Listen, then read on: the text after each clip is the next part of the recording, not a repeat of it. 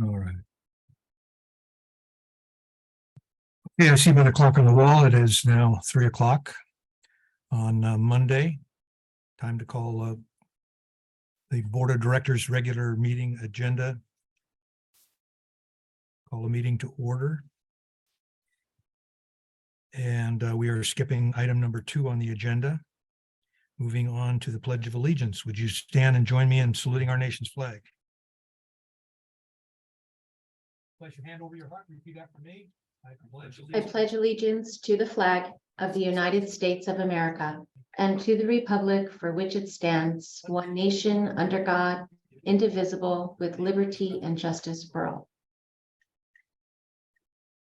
Okay. We have a roll call, please. Director Meyerhoffen. Director Meyerhoffen. That turned on here. Director Duff. Present. Director Griffith. Present. Vice President Sewell. Here. And President Martin. Here. Thank you. We have quorum. Okay. Item 5, rules of procedure. Counselor?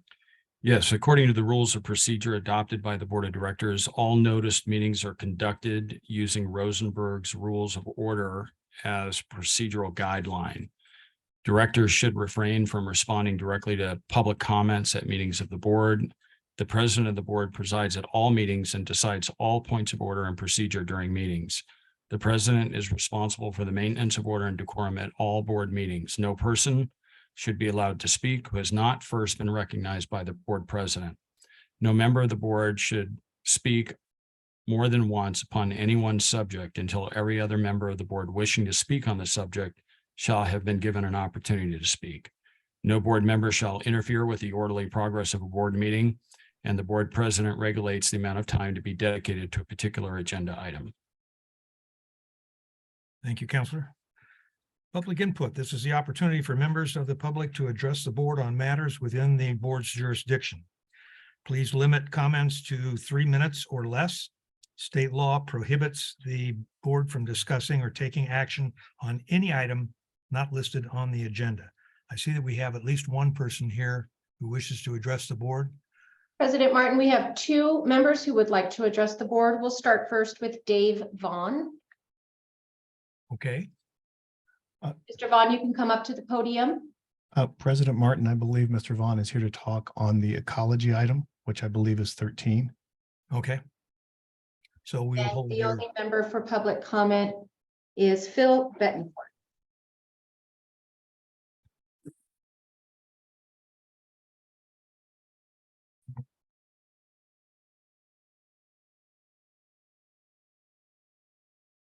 please state your name, and you have 3 minutes, sir. Thank you, Mr. President and board members. An honor to be back here in public after a long time, if you will. We were the land developers of the acreage at Worsley Road, just south of Dillon in unincorporated North Palm Springs. I perhaps have stated some years ago, I stepped in to help a ailing cancer patient, a longtime friend, a family that had owned the property for some 30 years. And I think if just for convenience, could I leave these maps just to the board members, which is a part of the public record in any event. At the end of the day, we, after securing our entitlement, sold all 4 of the properties. Our entitlement was through the county of Riverside. We had our environmental reviews. The United Pentecostal Church was our first purchaser and proceeded with planning for the water system. And we had a relationship where the water costs would be shared by all of the parties. Well, the United Pentecostal Church ran, in as many churches did during the time of COVID, into fundraising challenges. And to the best of my knowledge, has their site listed for sale, and they are rehabilitating and expanding their existing church campus here in Desert Hot Springs. In any event, we are processing a refund of some surplus plan check fees. The plans are otherwise approved. We own the plans. We're hopeful that one or the other of the purchasers at the proper time will step forward. With COVID behind us, supply chain challenges. There have been difficulties with costs, that's for sure, but we're there and available to help facilitate, although we have no financial interest in any of the parcels at this time. We just want to be a good neighbor, and I want to thank your staff and your team for working with us during a very challenging period in the business. I can tell you that for sure.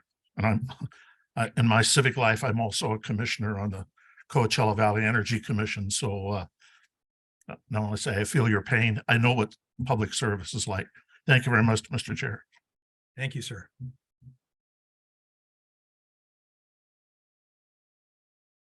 Dory, do we have any other members of the public wishing to address the board? Not for public comment. Not for public comments, okay. Moving on to item 7, Human Resources Report. Thank you, President Martin, members of the board, members of the public. I now have the pleasure to introduce some of our dedicated and loyal MSWD employees. First, I would like to start with our new hire, Charles Bell. Waiting for the PowerPoint. There we go. Perfect. Who joins us as a water production operator 1. Charles comes to us from 29 Palms Water District, where he was a water quality production operator. He holds a T2, a D2, a backflow certification, and a CDL Class A. In addition, Charles is pursuing his associate degree in water technology. Dory, is Charles on the call? He must not be. So with that being said, I apologize. He was going to join us via Zoom, but he must have had a trouble. Oh, perfect. Charles, would you like to address the board? Hello, board. My name's Charles Bell. It was a little bit of an introduction to myself, but it's a pleasure to meet you all. Sorry I couldn't be in person or didn't have enough time to download the app so you can see my face, but pleasure to meet you all and look forward to working with you. Well, welcome aboard. Excellent. Thank you, Charles. Before we start with our anniversaries, we would like to draw your attention to a recent promotion, Alex 9, who has been promoted to lead fleet facilities maintenance worker. He is previously a field operations technician 2 and had been with the district for almost 6 years. He has done a fantastic job helping out with leading crews and running job sites. Alex's experience, his D2 certification, his dedication to learn more about the water system and construction and maintenance has made him a great asset to the district. Here to introduce Alex is the Chief Operations Superintendent, Jeff Nutter. Jeff? Thank you, Assistant General Manager Macy. Good afternoon, President Martin and the members of the board. Alex has always been a good asset to the district. He's not afraid to jump in and tackle anything that's in front of him. He spent several years in construction and maintenance and previously moved over to the fleet facility, which is kind of really good for us. In an event we have emergency, he's trained in all aspects from the field and now learning a lot about our fleet and our facilities. So I think he has a really big, bright future, and he the big asset to Mission Springs Water District. That's all I got. Is Alex with you? Would he like to say anything? He is not. I don't believe he was told to be on this, so I Okay. apologize for that. Well, I can tell you that Alex has already made a change in some of our policies. Landscaping, who had been at fleet maintenance at one time, had been moved to production because of all of our well sites, is actually being moved back to him because of his familiarity with the system. So he's already making an impact to helping us operate better. So thank you, Alex. Thank you, Jeff. Appreciate it. My pleasure. Anniversaries. We have 5 anniversaries to celebrate. Together, they represent more than 76 years of experience to the district and the communities we serve. First, I would like to start with Jason Weekly. Jason Weekly has been with the district for over 3 years, a valuable member of our fleet operations team. He is always available to help with his team members, answering questions and lending a hand to others to help complete tasks necessary when we are shorthanded. He has also helped with facility maintenance when needed. And in 3 short years with the district, has gained tremendous understanding of our system and equipment. Jeff, do you have anything to add? Yeah, thank you, Assistant General Manager Macy. Jason is currently off right now, so he's not available to speak. But Jason is the type of person that will always, jump in, give a lending hand to the rest of the staff, whether it's fixing leaks, replacing meters, putting in meters, can jump on the backhoe, help, do the excavation of trenches, jump on the vectors. He's not afraid of, jumping in and helping out at any given moment. I can send him a message and go check something. And while the crew's en route, Jason would be the type of person we starting to dig up a meter box to fix a leak, those type of things. He's a great asset to the construction maintenance. I know the staff really appreciates everything he does. That's all I got, Brian. Excellent. Thank you, Jeff. Next, we would like to honor someone you may have seen as you walked into the building, Customer Service Representative 2, Ann Rogers, who has been with the district for over 7 years. Ann started with the district as a Customer Service Rep 1 and was reclassified as a 2 last year. Ann has a supervisory background in the funeral industry and has worked with California Edison, assisting with customer billing inquiries before coming to MSWD. She always is very patient and has a very calming presence, which helps her work closely with our customers. Here to introduce Ann is our Customer Service Manager, April Scott. April? Good afternoon, Assistant General Manager Macy and members of the board. And when we all talk about Ann, we talk about how calm and patient she is with our customers and how happy she is to assist them. And so looking back at Ann's previous work history, which we don't tend to always do in these anniversaries, it's a good reminder of her previous experience, really prepping her to have the patience and caring nature to assist our customers.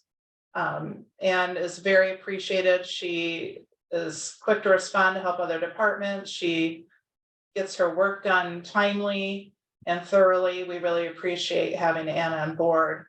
And did want to thank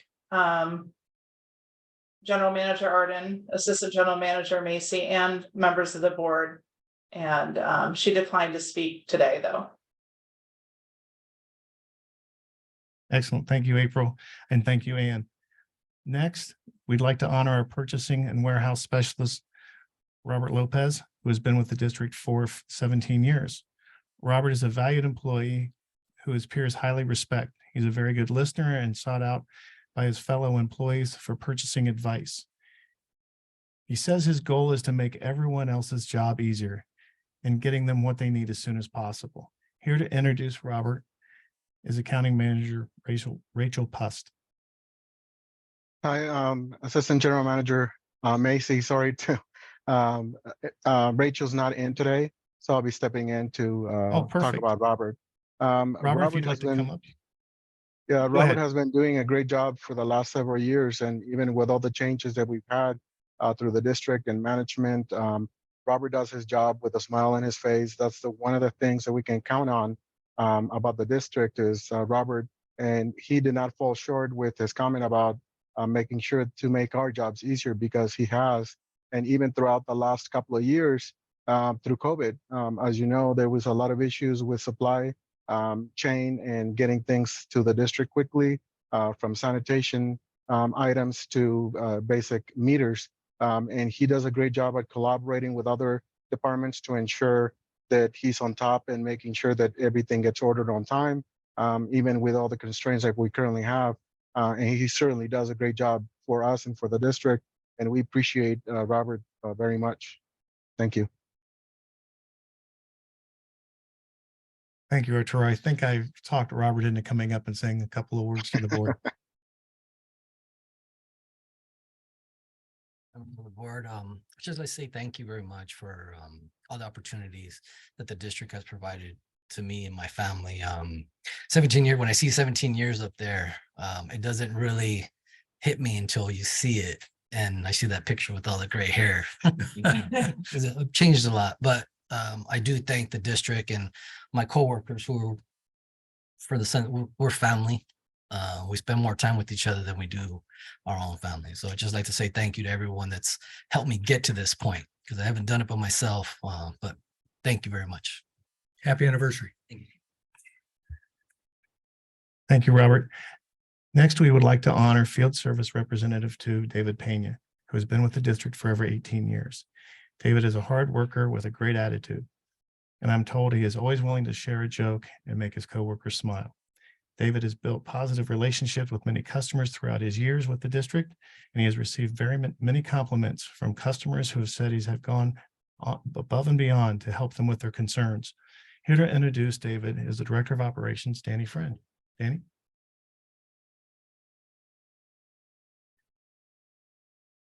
Thank you, Assistant Manager Macy, President Martin, members of the board.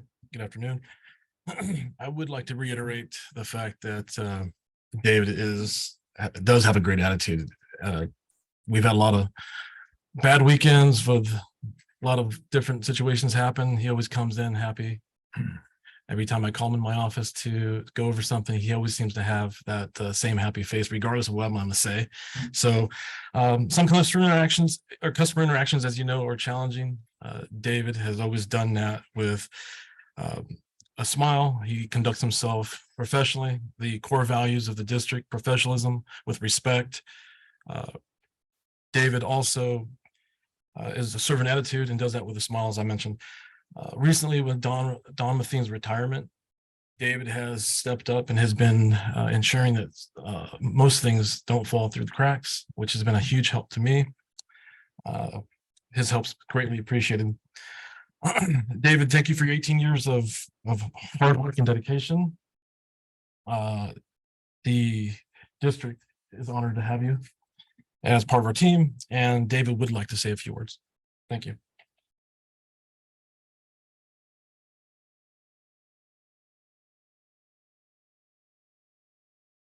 Thank you, board members. Like Danny said, I always think of the customers as if I was the customer and I show up to help them. But most importantly, like my coworkers and the boards always helped us to succeed and get a better career. A little story about 18 and a half years ago, before I started working here, you could see on the news where the city of Desert Hot Springs was having a lot of financial problems. So I'm like, I don't think I want to work in Desert Hot Springs, because of that. I had investigated if the Mission Springs was part of Desert Hot Springs, but one of the best choices I made career-wise was to come here, because all the support and my coworkers, and especially the customers that allow us to serve them and to give them the best quality water, the best customer service that we can. And again, thank you guys very much. Thank you. Thank you. Thank you, David. Last and certainly not least, it's our pleasure to introduce our Senior Customer Service Representative, Nancy, who has been with the district for more than 31 years. Nancy started with the district in 1992, and her employee number is number 27, which means she was with us when we last changed our financial system. Wonderful to be working with in all aspects of the billing and customer service. Over the years, she has gotten to know many of our long-term residents closely. Many customers contact Nancy directly for assistance and love to see her when she comes into the lobby. Here to introduce Nancy is April Scott. April. Thank you again, Assistant General Manager Macy. And again, good afternoon, President Martin and members of the board. Wow, Nancy has been here 31 years. It's amazing. And she just contributes so much on a daily basis. She knows so many of our customers personally. So many of them call her directly for assistance. So they love to come see her in the lobby. So Nancy has just been a pleasure to work with, and we really thank you tremendously for your service, Nancy. And Nancy did ask me to share with the board and General Manager Wallen and Assistant General Manager Macy that she says thank you very much for the opportunity, and she's very happy to still be here. And she did decline to speak. Thank you so much. This concludes our HR report today. Again, the board and I genuinely appreciate each of the employees and connect with and commend them for the dedication and commitment to their customers. Thank you very much. Any questions or comments from the board? April? Or Amber, sorry, Amber, Just thank you all and keep it up. Robert? Reiterate that. Thank you, everybody, for your hard work. And 31 years, I never last more than 12 at a job, so I don't know what that's like. Ed? Okay, yeah. Thank you, everybody, for doing that. And I'm laughing because of what Robert's comment. And I don't think I made it that long, Robert, in a job. But anyways, gives you more experience when you have different ones. Mr. Lopez, I appreciate your comment that you make as make everybody's job easier. And that's so important out there for everybody that they have the right stuff when they need it. And I appreciate that comment and your extra effort on that. Ivan? Just appreciate all of our employees and a special congratulations to all those recognized today. So thank you. Yes, I concur with what's been said about the employees. It's, you look at the plaques on the wall honoring this water district, and it's largely the result of the people who work here. So thank you for your service. Okay, moving on to item 8, Public Affairs Committee report and recommendation for action. It is recommended to consider recommendations from the Public Affairs Committee and deny any further action or billing adjustments for 66249 Avenida Verona. Brian? Yes, I would ask our Director of Finance, Arturo Sija, to make a presentation.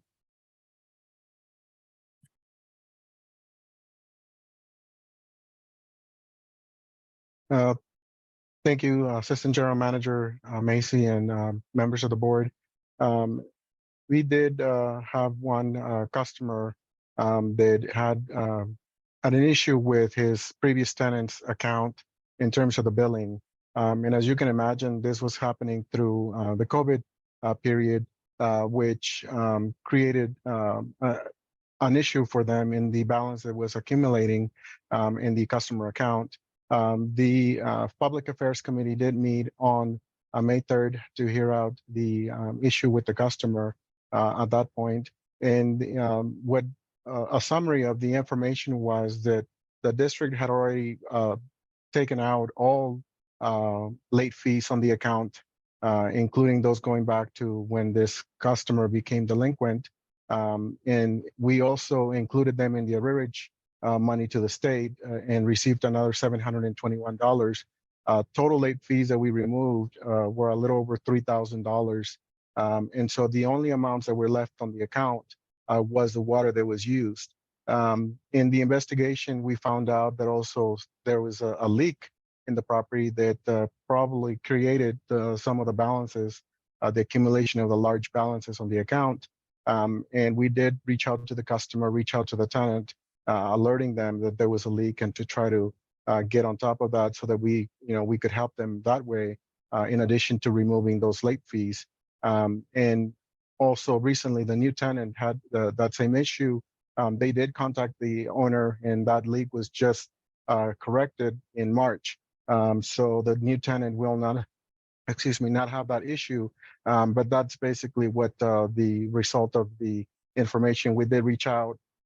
We did remove all the late fees and basically brought them up to the Public Affairs Committee for a discussion and for anything that we could have missed as a staff that the board could approve. And the result was that there was nothing else other than reducing the water used and providing them with free water at this point.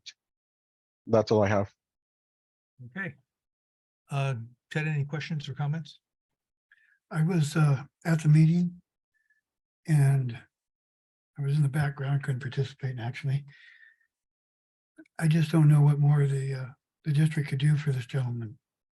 It's gotten to the point to where it's taking staff time and costing us money now.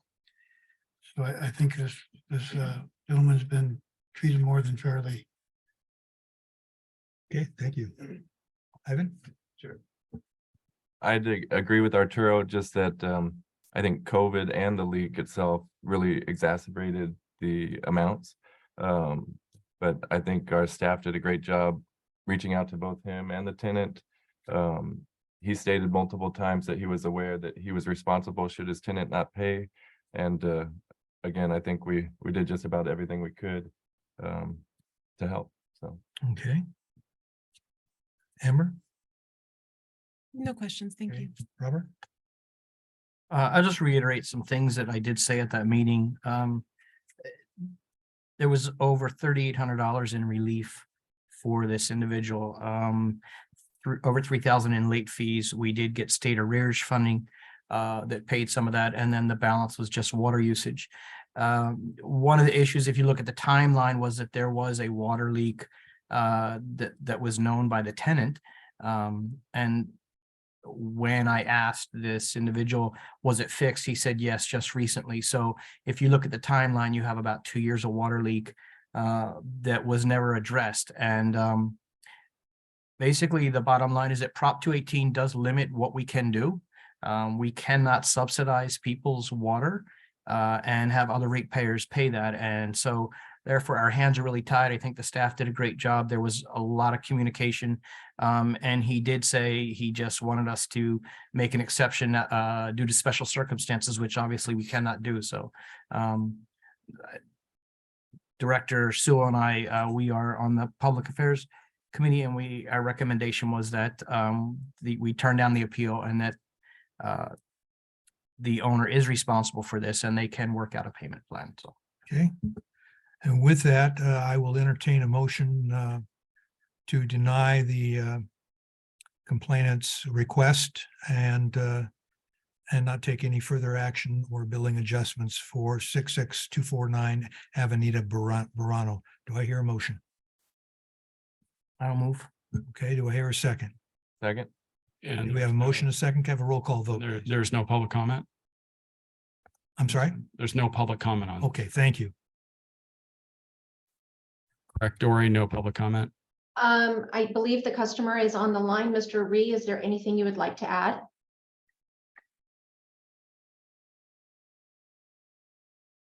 Mr. Ree?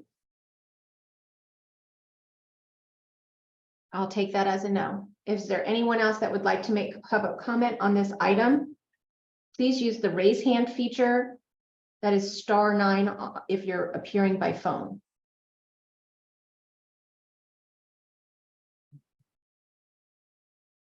President Martin, there doesn't appear to be any public comment. Okay, we have a motion and a second. Can we have a roll call vote, please? Director Meyerhoffen? Yes. Director Duff? Yes. Director Griffith? Aye. Vice President Sewell? Yes. President Martin? Yes. Thank you. Motion passes. Okay. Item 9, Human Relations Committee report and recommendation for action. Is recommended that the board consider the Human Relations Committee's recommendations and direct the Director of Finance to implement action items as part of the annual budget process. Brian, do you have anything you want to? We do have a presentation prepared. I would ask that our Human Resources Manager, Oriana Halford, provide additional information on this item. Okay.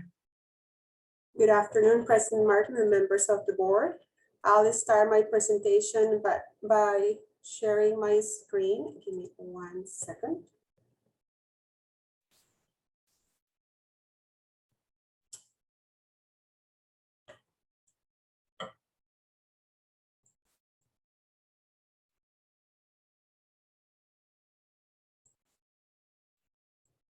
Are you able to see my screen?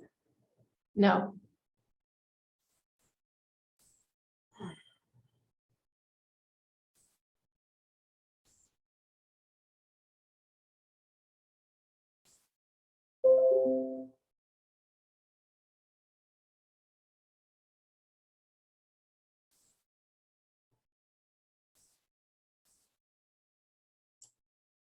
Start this way.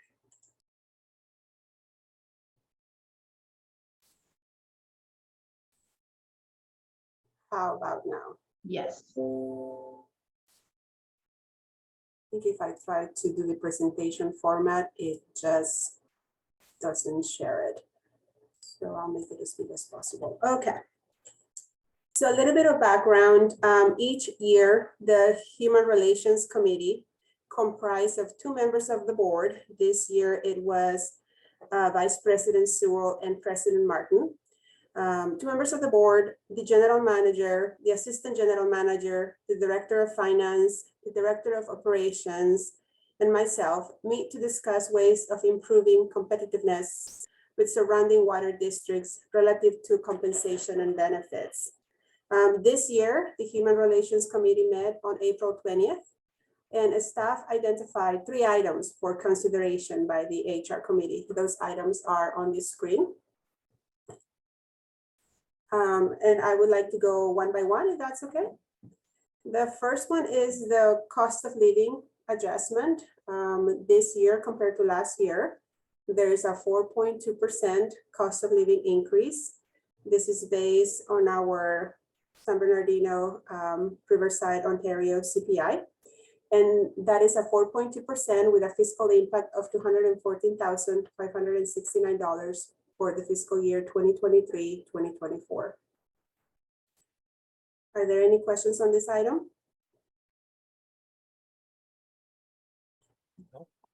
No, okay. The other item that was identified was the medical stipend for employees not enrolling in the district's medical insurance plans.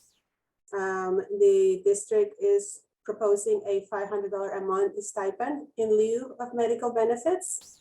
For employees taking this stipend will allow the district to break even. And just a little bit of background on this. Currently, we are members of JPIA's incentive plans, meaning that if we enroll all of our employees on medical plans, we will get a 4% discount on the total bill, which I believe averages around $3,600 a month in savings in premiums. The problem with this, though, is that there are some employees that rather not take the medical plan through us. Some of them have it through their spouse or some other way. And at this point, because of the plan that we're in with Aqua JPIA, we are not able to offer that benefit. However, if we move to the standard plan, for employees taking the stipend will save us close to the $3,600 that we will be saving with a 4% discount. So we would like to offer this to our employees. However, just to bring you up to speed, last week in additional communication with Aqua JPIA, we were informed of 2 things. One is that board members are not eligible for this benefit. And the reason is the water code. It is not something that the district has imposed, or not even Aqua has imposed. There is a water code and various statutes that limit how much a director may be able to take home for compensation. And the other part is Aqua JPIA really discourages employers from doing this because it affects their pool. And they are considering changing the way they offer these 2 plans. They are considering a 3rd tier, whereas there will be a penalty if we take, if some employees take a cash in lieu benefit. However, this has not been confirmed. There is no date for it. We don't know what it looks like. We don't have any specifics. It's just something that we were told. And it's something that I would like the board to consider. Are there any questions on this item? Any questions from the board? Amber? Thank you. Just a couple. So how will this affect our FLSA rate if, let's say, even 5% of our employees were to take this option? How would that affect our FLSA rate? I'm not quite following. What do you mean by FLSA rate? Some of the research that I was doing indicated that we may be receiving through the Affordable Care Act and through other federal employer and state employer programs, discounts and certain percentages in which everything is based upon. And I just want to make sure we've ensured, if we went down this path, that we wouldn't be losing additional discounts or be, as they said, potentially penalized, although it wouldn't really be a penalty, it would just be an increase of cost for those that remain in the program in the following year, depending on how many were to accept this. So I was just wondering what research we've done to ensure that we won't have other unknown increases to our rates if we were to do this. Okay, I see what you mean. Aqua JPIA has two plans. One of them is the standard plan that allows employees to enroll or not enroll in it. And the other one is the incentive plan. This is the plan that is saving us 4%, which we would lose if we do a cash in lieu program. And this is why we need to have at least 4 employees take the cash in lieu for us to break even, because those 4 employees are going to save us the amount that we would have saved with the 4% incentive. Okay. And then how did we come up with the 500 in reference to the Affordable Care Act, it being what's considered affordable? From what I could tell in the examples that were given online on various state and federal forums regarding this, it appeared as though it was less than what the employee portion paid is. And 500 would be more than what the majority of our employees pay out of their paycheck. So I'm just trying to understand where that number came from and if we've made sure that that meets the Affordable Care Act standards. Yes, well, the Affordable Care Act, we meet because, as you know, the Affordable Care Act, or ACA, requires employers with 50 to 199 employees to offer affordable medical coverage to employees. And we do offer affordable medical coverage. In fact, we comply with ACA regulations by offering the least cost plan at 100% coverage to the employee only. So we're required to offer it. We're not required to make the employee take it. So by offering it, we're in compliance with ACA. I guess I'm more concerned as to whether or not they would consider the $500 being the affordable value put on what we would then pay for those who refuse to take it. As long as we're offering it, we are meeting the ACA regulations. But you also asked me how we determine the $500 amount. So we surveyed 12 neighboring agencies to identify those who, outside of a cafeteria plan, offer a medical stipend in lieu of the employees taking medical benefits. Out of the 12 agencies we surveyed, 7 of them did not offer a stipend. The other 5 did. Now, of those 5, the stipend ranged from $250 to $600 for regular employees and $500 to $1,900 for supervisory and management.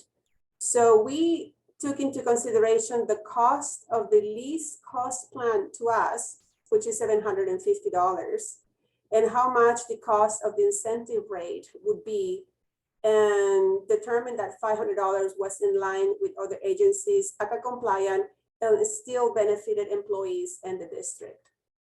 Okay. Thank you for clarifying those few issues for me. I appreciate it. My pleasure, anytime. And the last one is bilingual pay. We got some more questions. Hold on a second. Fantastic, thank you. Yes, Robert? Okay, I got some questions. Yes. Did you serve any private sector employees regarding this? No, we survey water districts. Okay. So we do know that these are pre-tax deductions, which they'll no longer get that. So there'll be an increase in tax on that. What is going to be the effect, since the 4% I'm going to assume is on the overall cost of insurance through JPIA? And so what is the automatic cost increase going to be on the average employee who keeps the insurance? Will they also lose 4%? So 4%, correct. At this point, each employee pays 5% of the total cost. So on a $750 plan times 5%, they pay $37.50 times. So it might increase a few dollars for the employee, because it would only increase for them 4% of the 5% they pay. Okay, so you just mentioned the $570 plan, but in the calculations here, that's not listed. It says $1468 a month. Right. So if you're using $1468, but some of those are $570, then this cost is actually not going to be accurate. Is that correct?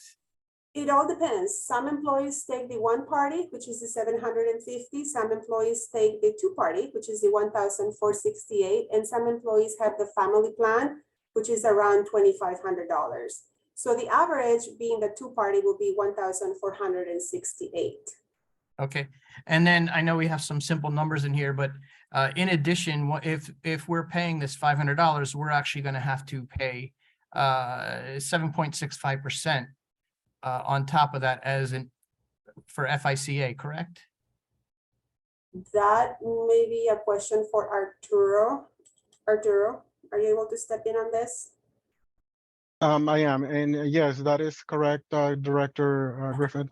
That would increase the cost. One of the things that we're also making sure is we're looking specifically into that question, because if we go a different route, like an FLS cafeteria plan, for example, and instead offer the employees the money there, it would be not taxable, and we would keep it the same. But we are looking at other options for that reason.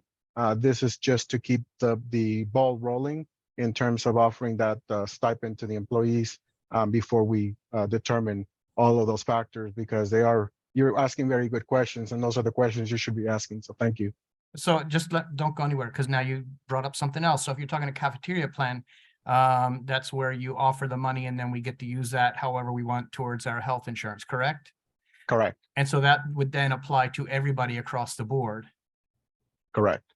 Okay, but we're not talking about that right now. Okay, so and then EDD contribution, that we would have that on top of that also, right?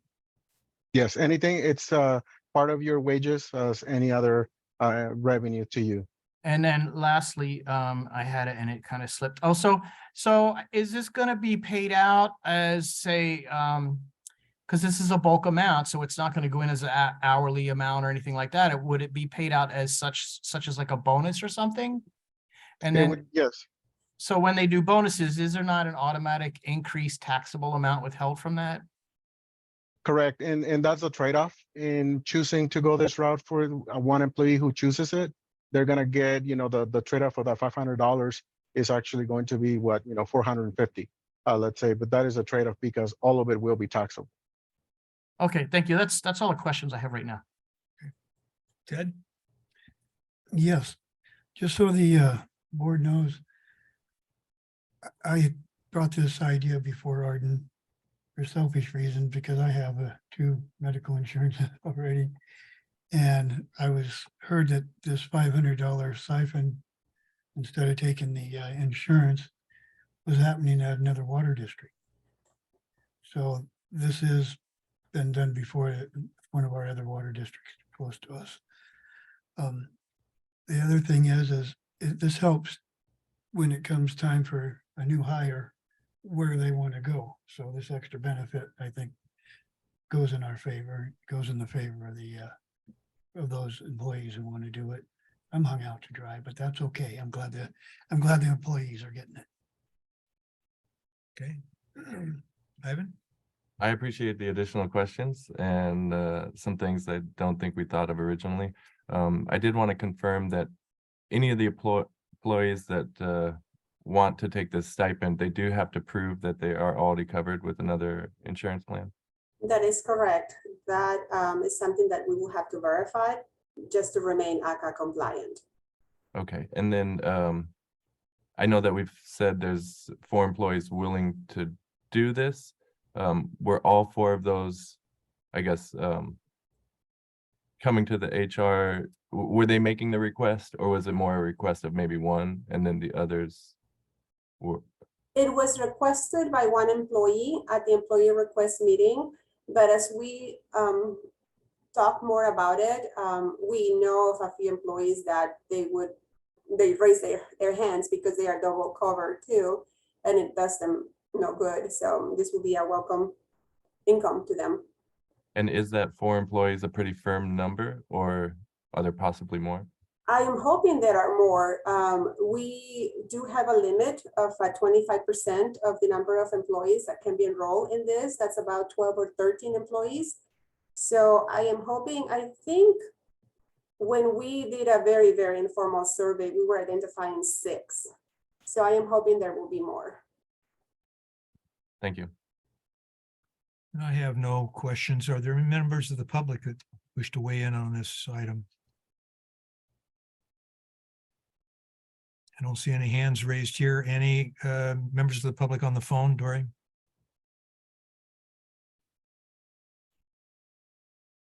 I see no hands raised. Okay, Okay, and may I move on to the last item? okay. Okay, and the last item, bilingual pay. This has been identified as pay for Spanish speakers, employees who assist our Spanish speaking customer in one way or another. We have identified a $25 a pay period. And the fiscal impact will depend on how many employees we want to take advantage of this. If we have 25 employees, which is about half the staff that would like to participate, they will have to take an exam, pass the exam, and then they will be eligible for the $25 per pay period. I may add, this is only for verbal skills. This is not for translation or written documents. It's mostly for staff, customer service field employees who are out and about and end up assisting and talking to customers in Spanish, being that Spanish is the second most popular language here in Desert Hot Springs. So $25 a pay period, that will be a fiscal impact of $16,250 if about 25 employees take this benefit. Any questions? Any questions on this side? Yes, Amber. Just a brief one. I know that the majority of the need would fall under Spanish, but are we at risk by excluding some of our other spoken languages like Tagalog or Vietnamese? And should we be willing to offer the same to those employees so as to not discriminate against their gifts that they bring to the district as well? Legal risk as far as it is concerned, no, but it would be nice if we can include other languages to be able to inform our customers. I do understand that when a customer comes in and they are a non-English speaker, for the most part, they tend to be Spanish, but I know that last week or the week before, we had one customer that spoke Cantonese.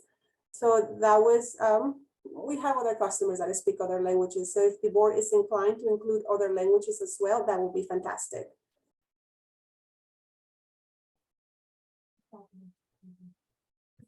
Yeah, I got a couple. Actually, that's one of the things I was going to say is that I think if you go down this path, then if you have someone who has natural speaking abilities in any language, and we need to be able to have the same kind of tests if we're going to put them through a test and offer this, because we did have Mr. Ree who claimed to not speak very much English. I don't know what his nationality was, but I think that we have to be prepared that if we're going to do this, then we have to open it up to other languages if we do have employees that have that capacity. Just kind of curious about the $25 a pay. I was trying to work it out, and it just seems like a really random number. How did we come up with that? We surveyed other agencies, and I'm pulling my records right now. And out of the 12 agencies, 6 offer bilingual pay, 6 did not. Those that did, the range of payment was all over the place. Some of them offered $25 a month. Some of them offered 5% of salary increase. So we took an average, and that's where we came up with the $25 a pay period, not per month. Okay, I worked that. It's I mean, it's much less than 50 cents an hour. So it just seemed really random. But that's really all I have. Okay. Good. Nothing more. Thank you. Okay, Ivan. The only thing I'd add is I agree. I think offering multiple languages would be probably the right thing to do. Is that a lot of staff time? I'm just interested in maybe the test itself. Is that something that a third party does or? Yes, if this gets approved, we would survey our HR network referrals, but I do know that there is third-party agencies that offer this. In talking with another human resources manager, for example, they use an outside company that conducts the evaluation over the phone. The employee must explain instructions or a situation. Their response is recorded and objectively evaluated to see how well the employee understands and explains a situation. And then the third-party company provides a proficiency rating. And then do you have an idea of how often, say, an employee could try and take that test? Would it be, new hires and then existing employees could do it possibly once a year? If there was, say, an employee that's learning the language and trying to maybe have an incentive to get this pay? All right, that's a very good point. For, let's say, native, for example, me, native Spanish speaker, I would probably just take it once and that will be it. But for somebody that is learning it, if they don't pass the first time, I would think at least once a year until they pass. If they are so eager to learn a second language, it would be great if we're able to incentivize that. Thank you. Brian, anything further from the staff? No, that concludes our presentation. Okay, any questions or comments from the public? Okay, seeing none here at the, anybody online? Nobody on the line. Okay, all right. With that in mind, I will entertain a motion to approve the Human Relations Committee's recommendations and direct the Director of Finance to implement action item as part of the annual budget process. I have a question. Okay, Do these have to be taken together or can we separate them? that's a good question. I don't know. Example, if there's one that you agree with and one that you don't, I think that's within your prerogative as a board to provide that Okay, guidance. okay, Could I ask one more question? sure. Regarding the healthcare, should JPIA change their policies? How, if it's not a cost benefit, is that something we have to wait for the next HR committee to try and maybe rescind that? Or is that something we could bring to the board, immediately after if JPIA was to change? Are you thinking, so when we asked JPIA, they did not have a deadline of when they were going to make that change. However, if they do bring that to us, we would inform the board immediately, and then what action the board would like to take, we then can respond. This item is for you today, is to recommend to the Director of Finance to move forward with that assumption when we start putting together the budget. So you'll see it 2 more times before it's actually adopted. So we will have the flexibility in the next 30 days, but also throughout the year to come back to this and modify it if JPIA does something that changes the scales, if you will, or tips the scales in another direction. So we will have that flexibility. Okay, Robert, you said, Yeah, I would like to pull the in the front, it's a number 3. I would like to pull out the $500 a month medical stipend and talk about that separately if we could. all right. So with that, I'll entertain a motion to approve the first 2 items on the issue, cost of living adjustment, the COLA increase of 4.2, which is to be implemented by modifying the district salary matrix, and the bilingual pay of $25 pay period for qualified staff. To be qualified, staff will be required to pass an examination. So I will entertain a motion to approve those 2 items of the committee's report. So moved. Second. Yep. President Martin, which ones are we're approving? 1 and 2. 1 and 2. Okay. Did you register a vote? Could we have a roll call vote, please? Director Marhoffen, Yes. Director Duff, Yes. Director Griffith, Aye. Vice President Sewell, Yes. President Martin. Yes. Thank you. Motion passes. Okay, moving on to item 3 on the summary, $500 a month medical stipend for employees not enrolling in the district medical insurance plan. Robert? So I'm gonna be real upfront here. I have an issue with this. I know that we surveyed other agencies and I know that we're a public agency, but everything we do affects the rates. And I think that sometimes in government agencies, having worked for 2 now, there is a tendency to overlook things that happen in the private sector. I would question if any private sector employees are offering a stipend for employees who don't take health insurance. When I've worked in the past, you took it or you didn't. And if you didn't, you saved your $40 a month or $90 a month or whatever it was. I have a concern that we're putting out money that we don't need to. So if you look at the little simple example here where we're saving $272 a month by doing this, if only 4 people do it, if you didn't give out that extra $500, we'd actually be saving $27,000 a year. If you have 10 people pick this up, then you're looking at $60,000 a year that's going out that might go elsewhere. So from my perspective, I don't think it's really well thought out. I think it's admirable that you want to reward people, but I think $500 a month is a lot of money to be given away when we have other things on our agenda in the future. And so that's how I look at this. So this is not something that I could be positive about. Okay. Any other comments from the board? Amber?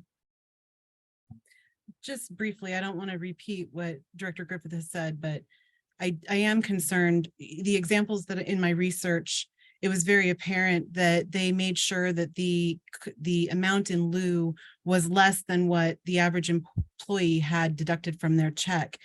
The other thing that in my research showed was that this was a much harder thing to unravel than it was to start.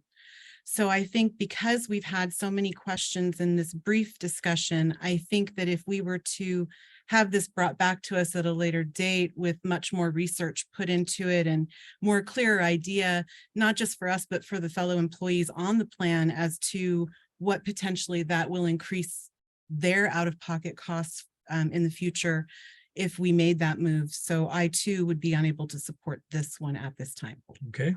Ted? Oh, I disagree. We need to look at, if you want to look at where we're spending money, we can do that. This is hardly anything in comparison to $2 million for a set of blueprints. And we don't know if it's going to be approved yet by the city. And I can go on and on with some other projects we're not sure of and some other spending. I mean, should we cut out the severance pay for some employees? I mean, where in the private sector do you get severance pay if you quit your job? Oh, what we're talking about here is a benefit for our employees. And, it's just an added benefit to help them to stay here. Why should they be paying different insurance programs? Why should I, with my VA Medi-Cal, why should I take another insurance program and have the taxpayers pay all that? So the idea here is it just goes across the board. We can really talk about all this all night long if we wanted to, about where we could cut money and save. I think we should give it to the employees. Okay. Ivan? So at the time of our meeting, we had not heard that Aqua JPI was possibly changing their rules. So that gives me a little bit of hesitancy. I don't know if it's appropriate. Is there a number that's not that 500 that would make either of you more comfortable in moving forward? Or if this is something that we'd rather discuss down the road? Robert, go ahead. Just to clarify, I'm not saying people can't opt out. I think everyone should have that right. I hadn't sat and thought about that. I just thought it just seemed like a lot of money. And especially given that there may be changes. I think it would be prudent to hold off until if and when that happens, because you can notify us and then we have to have a board meeting, but when people don't have something and then they start receiving this $500 a month and then we come back and say, oh, guess what? Now you can't have it. Well, now they're unhappier than they would have been had they never gotten in the first place.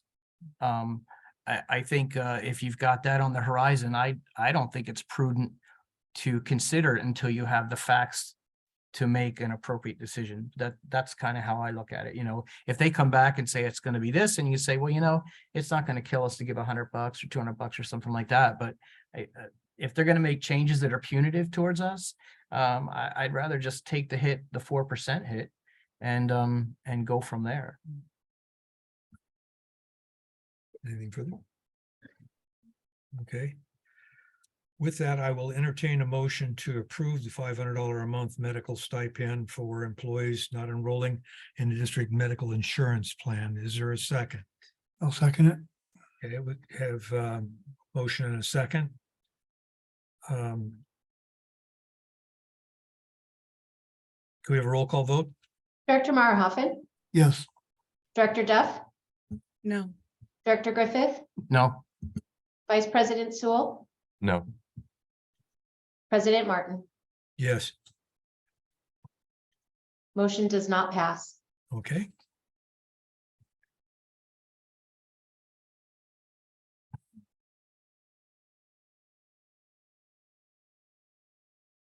Moving on to item 10, resolution 2023-08, nomination of candidate for election to Aqua Region 9 Board of Directors.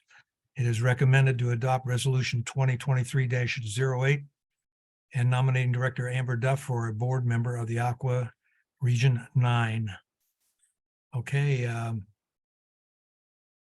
Amber, give us your sales pitch here for this.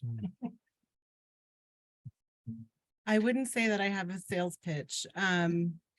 Sitting there, again, much like when we were at the Urban Water Institute, we had no one at the table. And we need to have someone at the table speaking for us. We don't have someone who will speak for us. So we need to do that ourselves. And if I'm the one who has to carve away time in my schedule to do so, I think it's that important, and I'm happy to offer. Okay. Any other questions or comments? Ted? Yes. When was the closing date set by the staff for this? The 8th or the 28th or?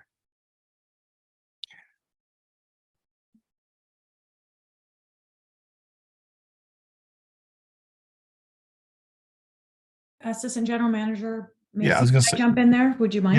Yes, Mary, please. Those interested in participating as a board member must submit 2 items before June 16th, and that includes a candidate nomination application and a resolution of support from the respective boards. So our next meeting is July the 13th for the study session, and the regular meeting is July the 17th. June, I mean. Yeah, June, I'm sorry, June 15th and then June 19th. So we really have another 30 days or more before it, no? no, because We're the getting these meeting mixed is up? June 19th, the official meeting would be June 19th, which is after the 16th. So we would miss the deadline. Ivan? I think if Director Duff is willing, I think it would be a great benefit to have our voice in Aqua. And I appreciate her willingness. I concur. I think you'd be an excellent candidate to do that, and listening to the Region 9 presentations, I think you'll be an outstanding addition to that board. So I concur. With that, I'll entertain a motion to approve the resolution 2023-08 nomination candidate for election Aqua Region 9 Board of Directors. I will move. Okay, Second? we have a roll call vote. Director Meyerhoffen, Abstain? Director Duff, Yes. Director Griffith, Yes. Vice President Sewell, Yes. President Martin. Yes. Thank you. Motion passes. Okay. President Martin. Congratulations. President Martin, before we start the next item, I would like to make a suggestion. Staff is asking that we pull the next item. Yes. I've Adoption for already- the media pub. Okay. I was going to state that. Item 11 has been pulled because of additional information is forthcoming, so we will not be addressing item 11. And moving on to item 12, award of professional hydrologic support services contract for wells 35 to Kyle Groundwater Incorporated. Brian? Thank you, President Martin. I would ask our engineering manager, Eric Weck, to provide additional information on this item. Eric? Yes, good afternoon, President Martin, members of the board. Can you hear me? Yes. Perfect. Item 12 in your agenda packet pertains to a minor contract execution with Kyle Groundwater, who is currently involved with the well rehabilitation prioritization study for the district. As part of the original Skyborne development to the west of us in the western part of our district, in 2007, well 35 was constructed to serve as a source of construction water. Pursuant to an agreement and subsequent amendments with the district, the district received $2.7 million from the developer, and now we're responsible for bringing well 35 into service. Staff reached out to Kyle Groundwater to assess the necessary work needed to bring well 35 into service, as Kyle Groundwater has experience in working with the district in the past and has an understanding of the local hydrogeologic conditions in the area. Secondly, since Kyle Groundwater is currently working on a well rehabilitation prioritization study, which the contract was well within the general manager's signing authority, this contract will increase the overall contract over the customary $75,000 that the general manager can sign and execute. So this is the reason why staff is presenting this contract to the board today, even though it's below the $75,000 limit. So staff has asked Kyle Groundwater to help the district in determining what the next steps are to ultimately bring well 35 into service. A proposal was provided by Kyle Groundwater in the not to exceed amount of $64,801 to provide the following services, 3 phases: assess the current regulatory and permitting needs, perform basic diagnostics and well testing, and then assuming the first 2 steps yield positive results, then Kyle Groundwater will design and implement a full-scale well rehabilitation and development program for well 35. Once the contract with Kyle Groundwater is executed, staff will direct Kyle Groundwater to proceed with evaluating well 35 and ultimately bringing that into service. Are there any questions?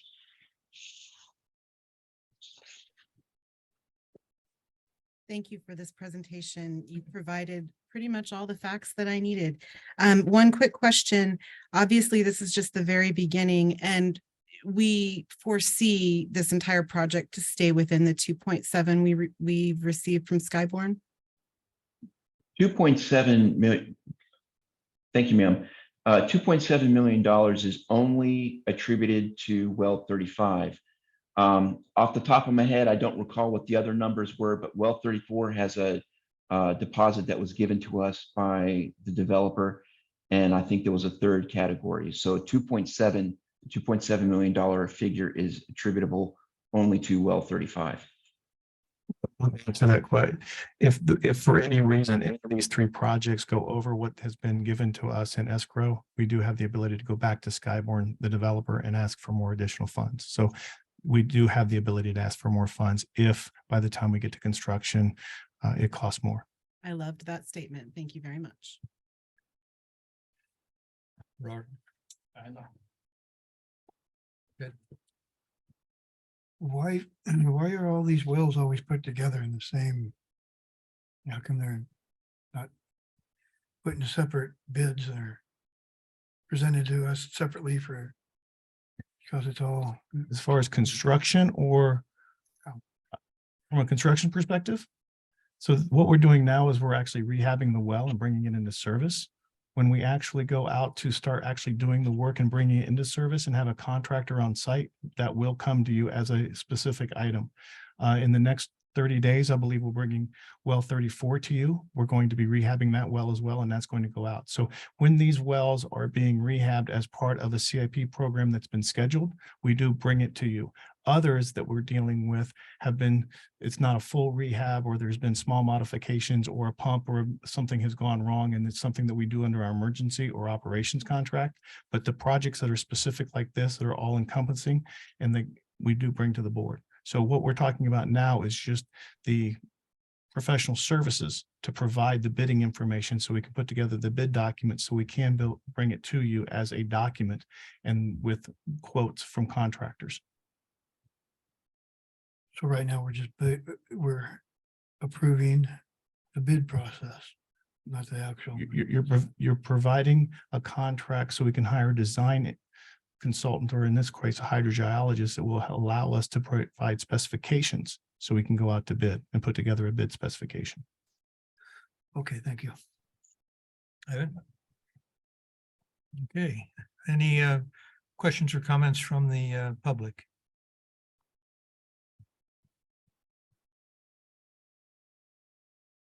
There Hearing doesn't none. appear to be anybody on the line either. Okay, Ryan, anything further from you? No. Concludes our report. Okay, anything further from the board? No.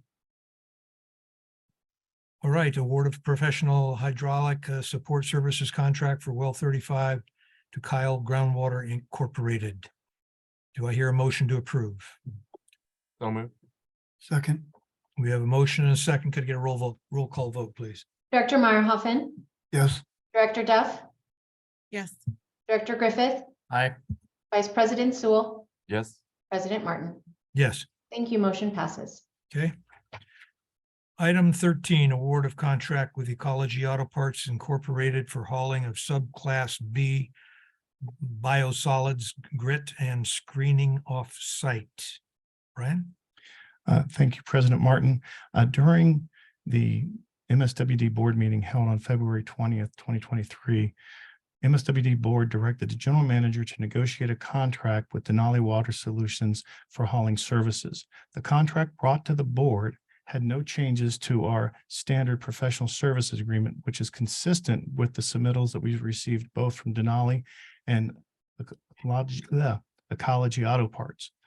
After the award, after the board meeting, Denali then requested changes to the contract language, which MSWD did not accept. Therefore, MSWD began contract negotiations with the second bidder, Ecology Auto Parts. However, in April, MSWD worked with both Denali and Ecology to have sludge removed from our Horton wastewater treatment facility. The agreements with both parties were necessary so that sludge could be removed before rain events and/or odor issues started due to the rain. MSWD worked with Denali and Ecology and their hauling sites to test sludge so it could be accepted at both landfills. We want to thank Denali for their assistance and continue to work with them to keep all of our sludge testing current with their landfill in case we need to use them again. We also realize at the conclusion of the contract presented to you today, we will be asking them to propose on the next RFQ. There are members from both Ecology and Denali here today, and I believe both Denali has put in a request to speak. Ecology is here in case there's any questions by the board. The negotiated contract, as you can see in your board packet, has been signed with all the appropriate attachments, as well as the original RFQ process. Okay. Answer any questions at this time. Any questions from the board at this time? Okay, I'd like to hear from the representative. Okay. The first, Denali.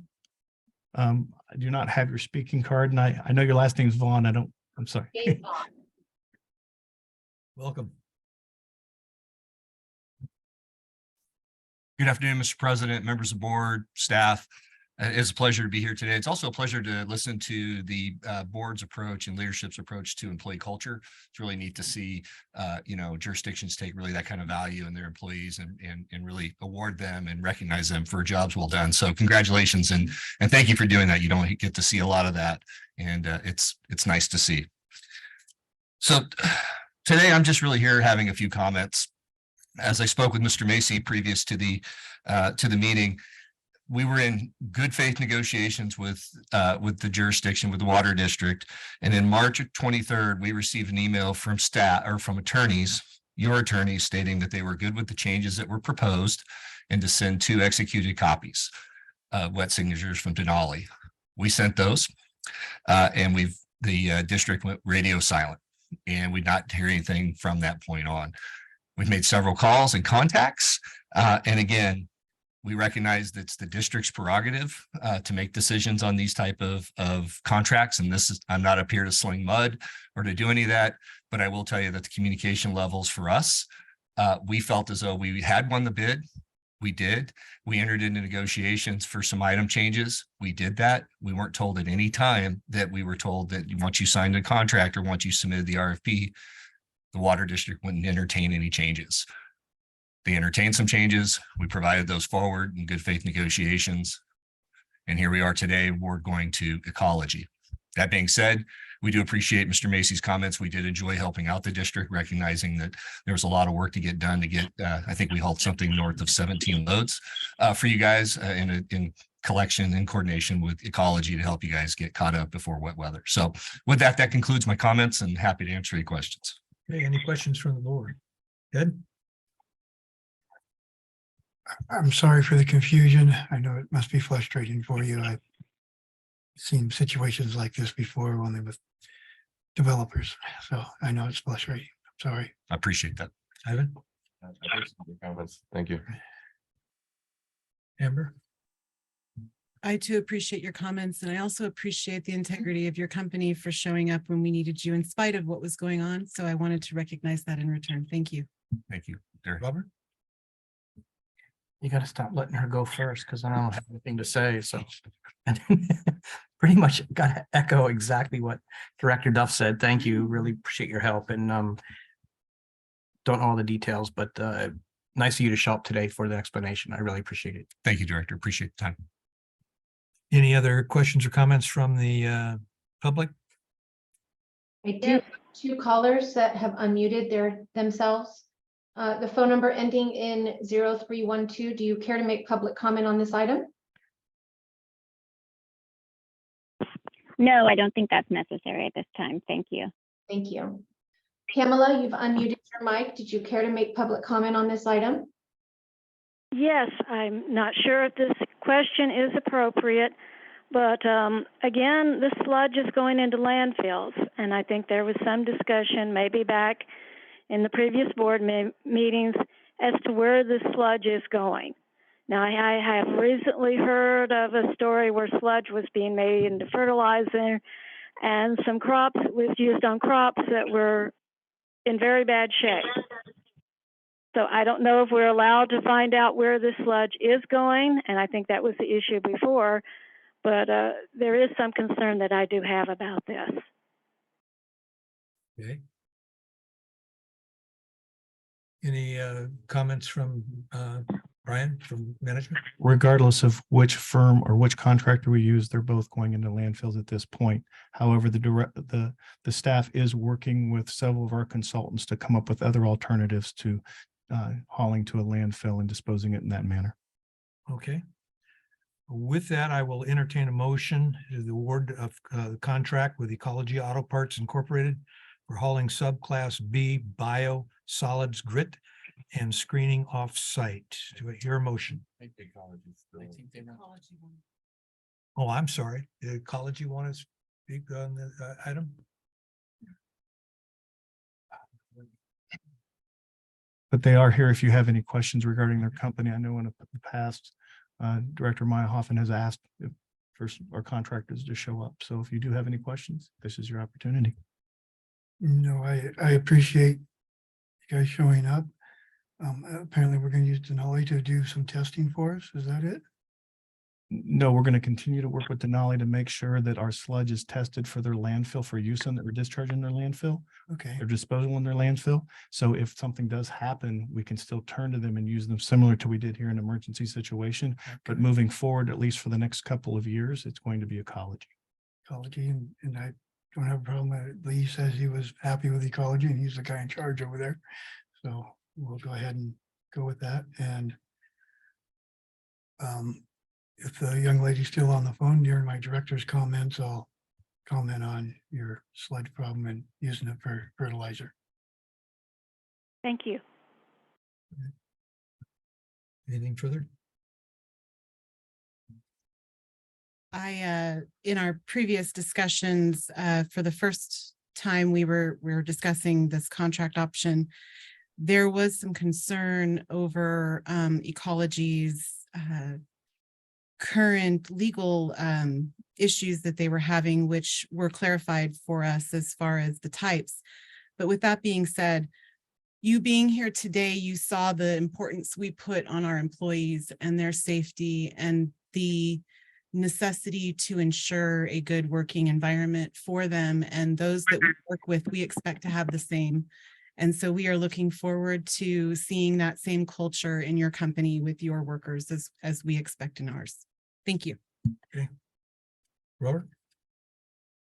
Okay. With that, I will entertain a motion to approve the contract with Ecology Auto Parts for hauling of subclass B biosolids grit and screening offsite. Do I hear a second? Excuse me, do I hear a motion? Sure. Okay, we have a motion. Do we have a second? I'll second. We have a motion, and a second. Can I have a roll call vote, please? Director Meyerhoffen, Yes. Director Duff, Yes. Director Griffith, Aye. Vice President Sewell, Yes. President Martin. Yes. Thank you. Motion passes. All right. Moving on to item 14, contract amendment with ACOM Technical Services, Inc. for the engineering services during construction of the Regional Water Reclamation Facility project. Brian?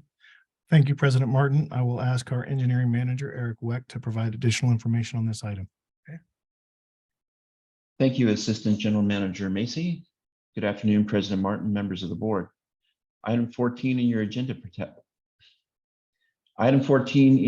packet pertains to a contract amendment between MSWD and AECOM.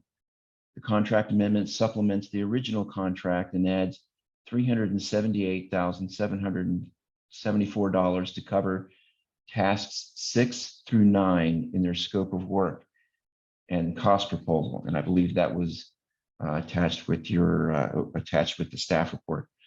At the April 18th, 2022 board meeting, the board of directors approved the contract with AECOM to perform items 1 through 5 of their scope. And those tasks included project management, conferences and meetings, material submittal reviews, requests for information, and construction contract changes. Now, items 6 through 9, which is what we're here for today, are necessary for the next phase of completion and oversight of the project. Specifically, those items pertain to operations and maintenance manuals, operator training, startup and commissioning, as well as project closeout. Ultimately, by awarding the contract amendment to AECOM for items 6 through 9, which was in their scope of work, that would bring the total not to exceed contract to $841,811.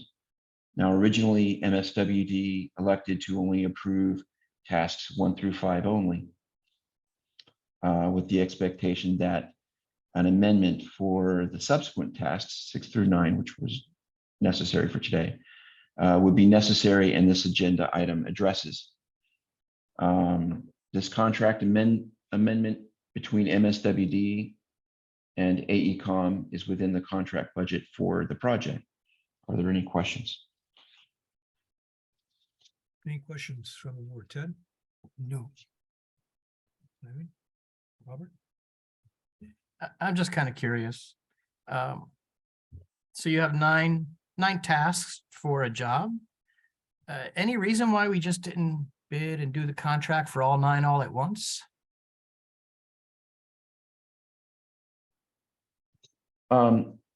We wanted to make sure that the work progress, the construction progress, and the project oversight being done by AECOM for design purposes fell in line. We didn't want to approve a full $800,000 contract with AECOM. We wanted to make sure that they were providing the service that we needed for the first couple tasks. And we believe that their service as well as the construction progress fall in line with each other. Okay, so in other words, so we did 1 through 5, and if they weren't really satisfactory, we would go find someone else to do the rest of the tasks. We would renegotiate, or we would sit down with them and talk about it. Okay.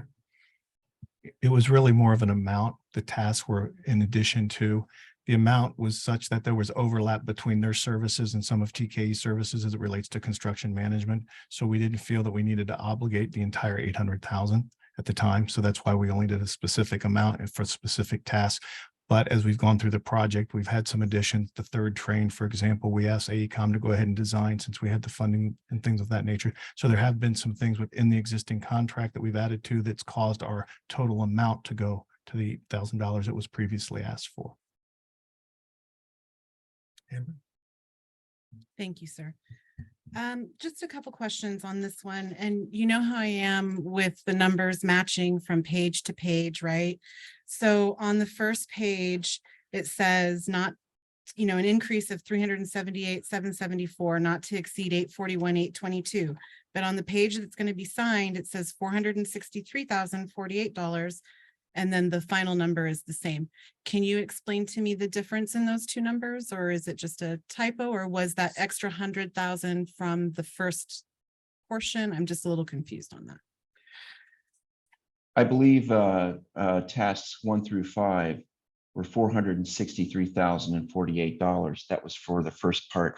And the amendment covers the entire first and second part of the contract. Okay, thank you for the clarification. Thank you, sir.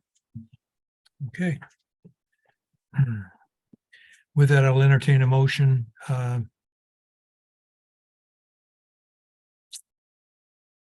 move the item. Okay, is there a second? I'll second. Okay, we have a motion, a second. Could we have a roll call vote, please? Director Meyerhoffen, Yes. Director Duff, Yes. Director Griffith, Aye. Vice President Sewell, Yes. President Martin. Yes. Thank you. Motion passes. Okay, item 15, purchase 3 portable generators for emergency operations. Brian? Thank you, President Martin. Since late 2018, operations staff has been conducting internal review of the department's operational standards, procedures, maintenance practice, and more importantly, system equipment inadequacies. In early 2019, the staff completed a district's emergency response plan. In 2021, staff completed district's vulnerability assessment, which further evaluated the district's water operations and led to the operations assessment permanent and portable generators memorandum dated December 8th, 2021, which is included in your packet. It also provided some recommendations of both permanent and portable generators and where they would be needed necessary to push water around our system. Out of that recommendation, district staff today is recommending the purchase of 2 275 kilowatt and 1 200 kilowatt portable generators. This is slightly different due to some of the operations related to one of our wells. It's a larger well. We need to basically connect 2 large generators together, and we wanted to make sure to have that ability to do so. As required by the district's procurement policy, staff contacted 4 generator suppliers for information and quotes. Caterpillar, Cummins, JCB, and Power Plus provided information on generator power output to sustain our critical operations in the event of a power outage, fuel efficiency, durability, maintenance costs, so forth and so on. But more importantly, also their ability to meet known and future AQMD requirements, air quality management district requirements. So basically air quality has to be maintained for these generators. So from that perspective, we looked into just about anything we thought we would need today and into the future. After a thorough evaluation, staff is recommending the purchase of the Cummins generators. Again, in your packet, you'll have the operations assessment memo, as well as the purchase memo that we sent to our director of finance with all the appropriate quotes so he could or so he could fully understand that we are following the procurement policy and where our recommendations are coming from. That concludes our report. Answer any questions. Okay. Any questions from the board? Amber, go ahead. Yeah, go ahead, Amber. No, Okay. ladies first. Just a quick question. After Aqua, I sat in on one of the discussions about the electrification requirements, and they were talking about generators that are affixed to so many axles being included in that. And we were talking about these being portable. They are trailered portable, not axled portable, to where we would fall under the new green requirements for our fleet. Correct. These are smaller units. Yes. Thank you so much. Okay, Ted? So why did you go with Cummings? Based on all of the fuel efficiency, the sizes were correct. They match up with our needs. Also, we are buying a Cummings, I believe, for our wastewater facility. So we want to make sure to maintain the exact same generator throughout our fleet. So that was an additional thing. But in reality, it was the efficiency, the durability, how quickly they can respond to any of our maintenance issues and things like that. We've got what we found during our phone calls and conversations with other districts. They seem to be the best and perform better than the others. So most of it was cost, but there were other factors as well. Because if you look at the cost breakdown, the ones that were directly related, they were very cost per kilowatt hour. So we looked at other things, and we knew we were going to do that. And we typically do that when you're looking at a specific product like this, whether it be a vehicle or a generator. We have a Caterpillar over at the Horton plant that works. It's going to run for another 50 years or so. When we went on the tour over there, we saw it and we looked at the hour meter and that, and you have here your on page 94. We have Caterpillar, then it shows the kilowatts of the Caterpillar at 200 kilowatts and then 275 kilowatts for the Cummings. Caterpillar does make a 275 kilowatt generator. How come that's not on here for comparison? It must not have been provided to us by the manufacturer or the rep that we were going through. Okay. Anyways, Caterpillar is the one that they're still using in all the mining and everything. Cummings has got a little bit more of a better marketing program because they put it into a regular civilian truck. It's more popular. But how far is the nearest Cummings dealer coming from? Because I don't see any address here on the Cummings quotes. I don't know that address, but I will get that for you. I mean, well, you said it was, faster service than anybody else. So where are we at with that? How could it be faster service than maintenance then? Again, I'll get that address for you. We're basing this recommendation on our field service superintendent. Where's he at? I'm sorry? Your field service superintendent. He's the one making this recommendation, but he's not here tonight to answer these questions. Correct. I apologize. I didn't expect that level of question on this particular issue. I think so. So anyways, Cummings, I'm sorry, the CAT is in the City of Industry. Cummings doesn't have their address on here. Caterpillar has from the City of Industry to here, I believe, another 3 dealers. 3 of them were within 60 miles of us. Caterpillar has a better reputation for making better, longer lasting parts for their generators based on the decision of who can service us the fastest. That's not what our staff found. Well, it's during an emergency. I don't know what your staff was looking at then. So anyhow, I'm not gonna, really argue with you. I think that Cummings is a good motor. I'd love to have one of their trucks, but Caterpillar for industrial is far better. They have more, from my research that I did, they had closer, more dealers. So if there was a part that needed to be brought in from the City of Industry, it could be brought down there. I believe one was Redlands. And nurse reps can come out here during these emergencies. And that's what we're getting these for.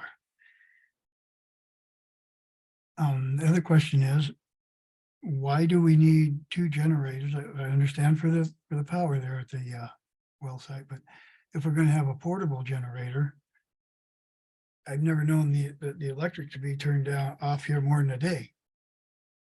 I know that there's been in the past, probably before you showed up, there was a problem with something at the well, and they brought in some generators and kept things going for a while. I also know the emergency program, you know where all the wells are that are owned by the residential lots, the hotels. So you can use that generator to pump water out of those locations also if need be. I don't know if that's in the emergency plan this time around. It used to be. So what I'm saying here is I'd like to hold off on this until we can get these answers, my answers to my questions. Okay, Ivan? Yeah, I appreciate seeing the different bids and being privy to kind of see the different options. I do want to just confirm that the Cummings quote, there is more quoted than what this item is addressing. Is it just items 3 and 4 on the Cummings quote? The 200 and the 275? Those were just additional quotes they provided. I'm sorry, the quotes that you're looking at, when you add those together, they don't come up to 530? Is because that, well, there's other generators included within the quote. Yeah, we asked for several different, but knowing what because not everybody was lining up with the others. So we wanted to get we basically asked for 4 different or 3 different, depending on the sizes. And that's what was included in the quote. However, we went back to what works best for our system, which is the 2 275s and the 1 200. Okay. Thank you. I have nothing. I'll just very briefly state, I'm Go ahead. sorry. Go ahead. Go ahead. You started. Go ahead. No, go ahead. Sorry, I apologize. I just was gonna say, I had a lot of history in my previous life on the ocean with Cummings generators, and we didn't want anything else on our ships other than them to provide the offshore power to our vessels.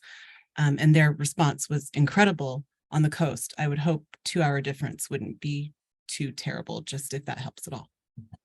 Robert? I have questions. So point of clarification, Cornelius, well 24 has a 600 horsepower motor and it requires 2 275 watt generators at startup, correct? Correct. Okay. So those 2 are going there. There's 1 200 kilowatt portable generator. Is that just for general use or is that specific to well 24 also? I believe that it's 1 2.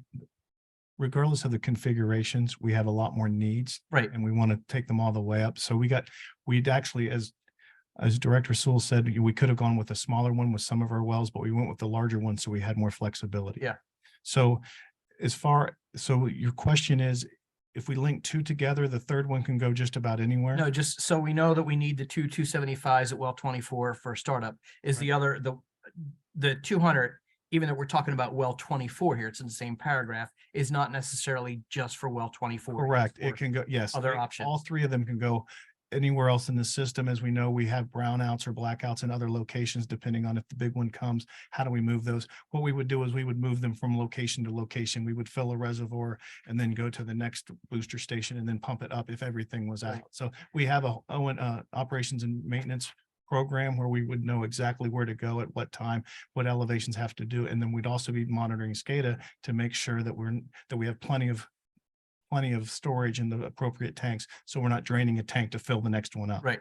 And then, so just so you know, so the memorandum that's in here is actually from 2021. It lists certain wells, well 27, 2731, 37, 32. Have they all been replaced or are they going to be on the future budget for replacement? Danny, go ahead. It looks like you want to say something. No, go ahead.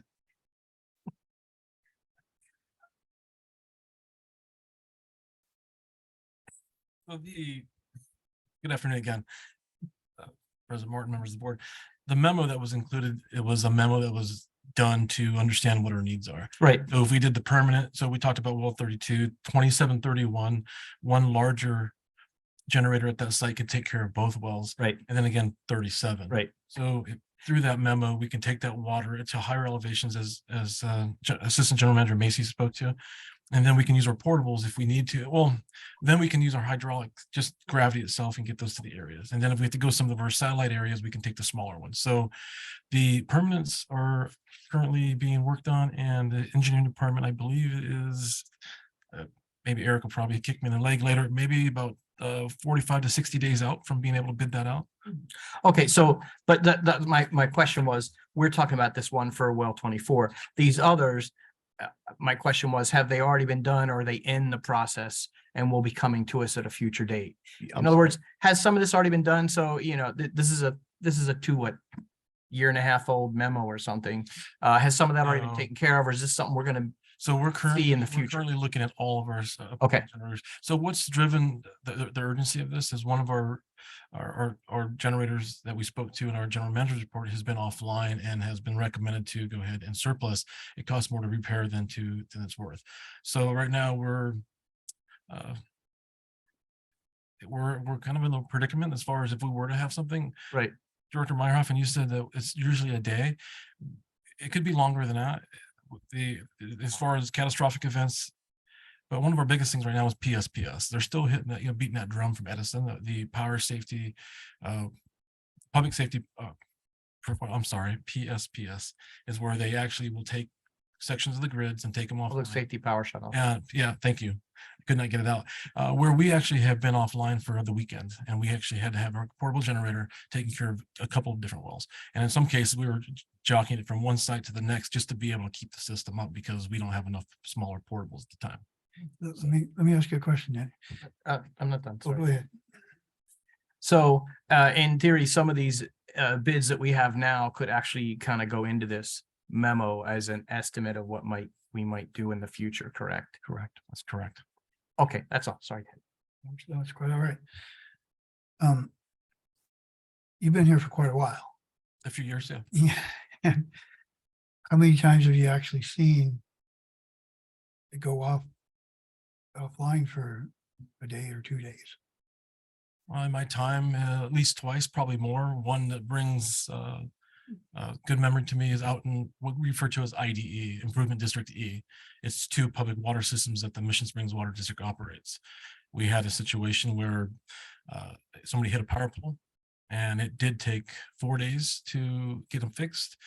Meanwhile, a generator could take care of certain things, but we also had to supplement that by taking portable water trucks and doing that because it was during the hot summer. It happens.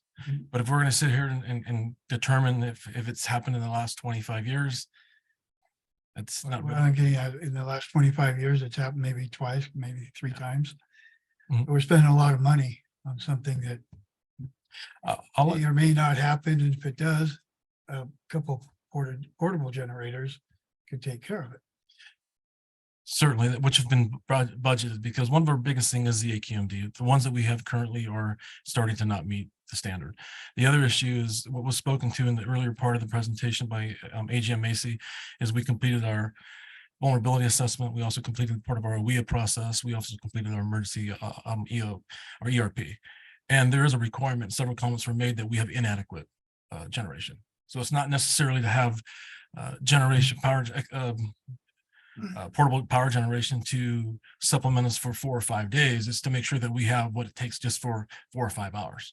So that means if an event is more than just, say, for example, two systems, which we've had it happen out in our IDE area, we have 4 wells that we have to contend with.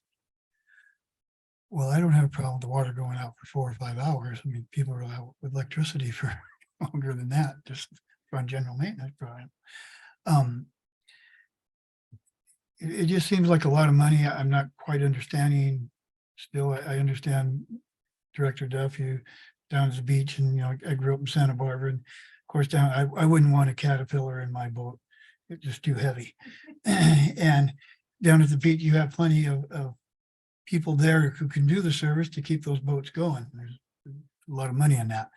But for our industrial use here, and from what I'm reading and the fact that all I did was I got on my phone and I Googled, does Caterpillar make a 275 watt? And it came up, yes. Where's the nearest dealer? There's 3 of them. And then past that is where you're actually buying these generators from. I Googled Cummins, came up with 1 dealer. So I'm not getting the correct of what's going on, and the gentleman who put it together isn't here. So like I said, I would like to postpone this for until next month. Is there any hurry? It's not a matter of emergency?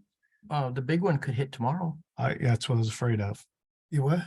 We don't, The big one could hit tomorrow. And if it does, a geologist told me you can't walk on quicksand. Stuff is going to sink. So if we get to the point we need food supply, it's going to sink, is what I was told a long time ago by a geologist. So yes, we could hit the big one.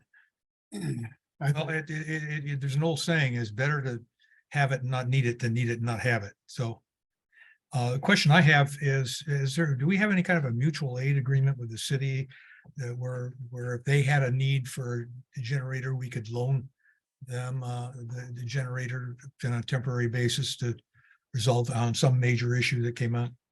we participate in Cal Warren, and that's, Okay. we can send out a request for any other agency, city, things of that nature.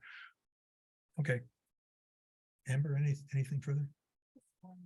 Okay. You briefly mentioned on someone who was doing an inspection and they had determined that we weren't generating enough. We have legal requirements, right? As far as how much must be generated or able to be generated at each of our sites, or some sort of a standardization requirement, and that's what we're trying to meet. I'll go with a standardization, but as far as a legal requirement, I can't Okay. answer that. We do have a requirement and obligation to go ahead and put water, whether it is 4 or 5 hours or 2 or 3 days. So our jobs is not to predict what's going to happen, but to be prepared. So in that case, we do not have backup generation that's been determined to be adequate for this organization. Okay, thank you so much. Anything further? No, I'm ready to move. Okay. Thank you. Ivan, anything further? Okay. The purchase of 3 portable generators for emergency operations. I'll entertain a motion to approve. So moved. We have a second. I'll second. Have a motion and a second. Could I have a roll call vote, please? Director Meyerhoffen, No, Director Duff, Yes. Director Griffith, Aye. Vice President Sewell, Yes. and President Martin. Yes. Thank you. Motion passes. Okay, moving on to item 16, Nancy Wright Regional Water Reclamation Facility update. Thank you, President Martin. Steve Ledbetter will be giving this presentation. Okay. Good afternoon, Director Martin, and members of the board. Please bear with me. I will share my presentation. Give me 1 second.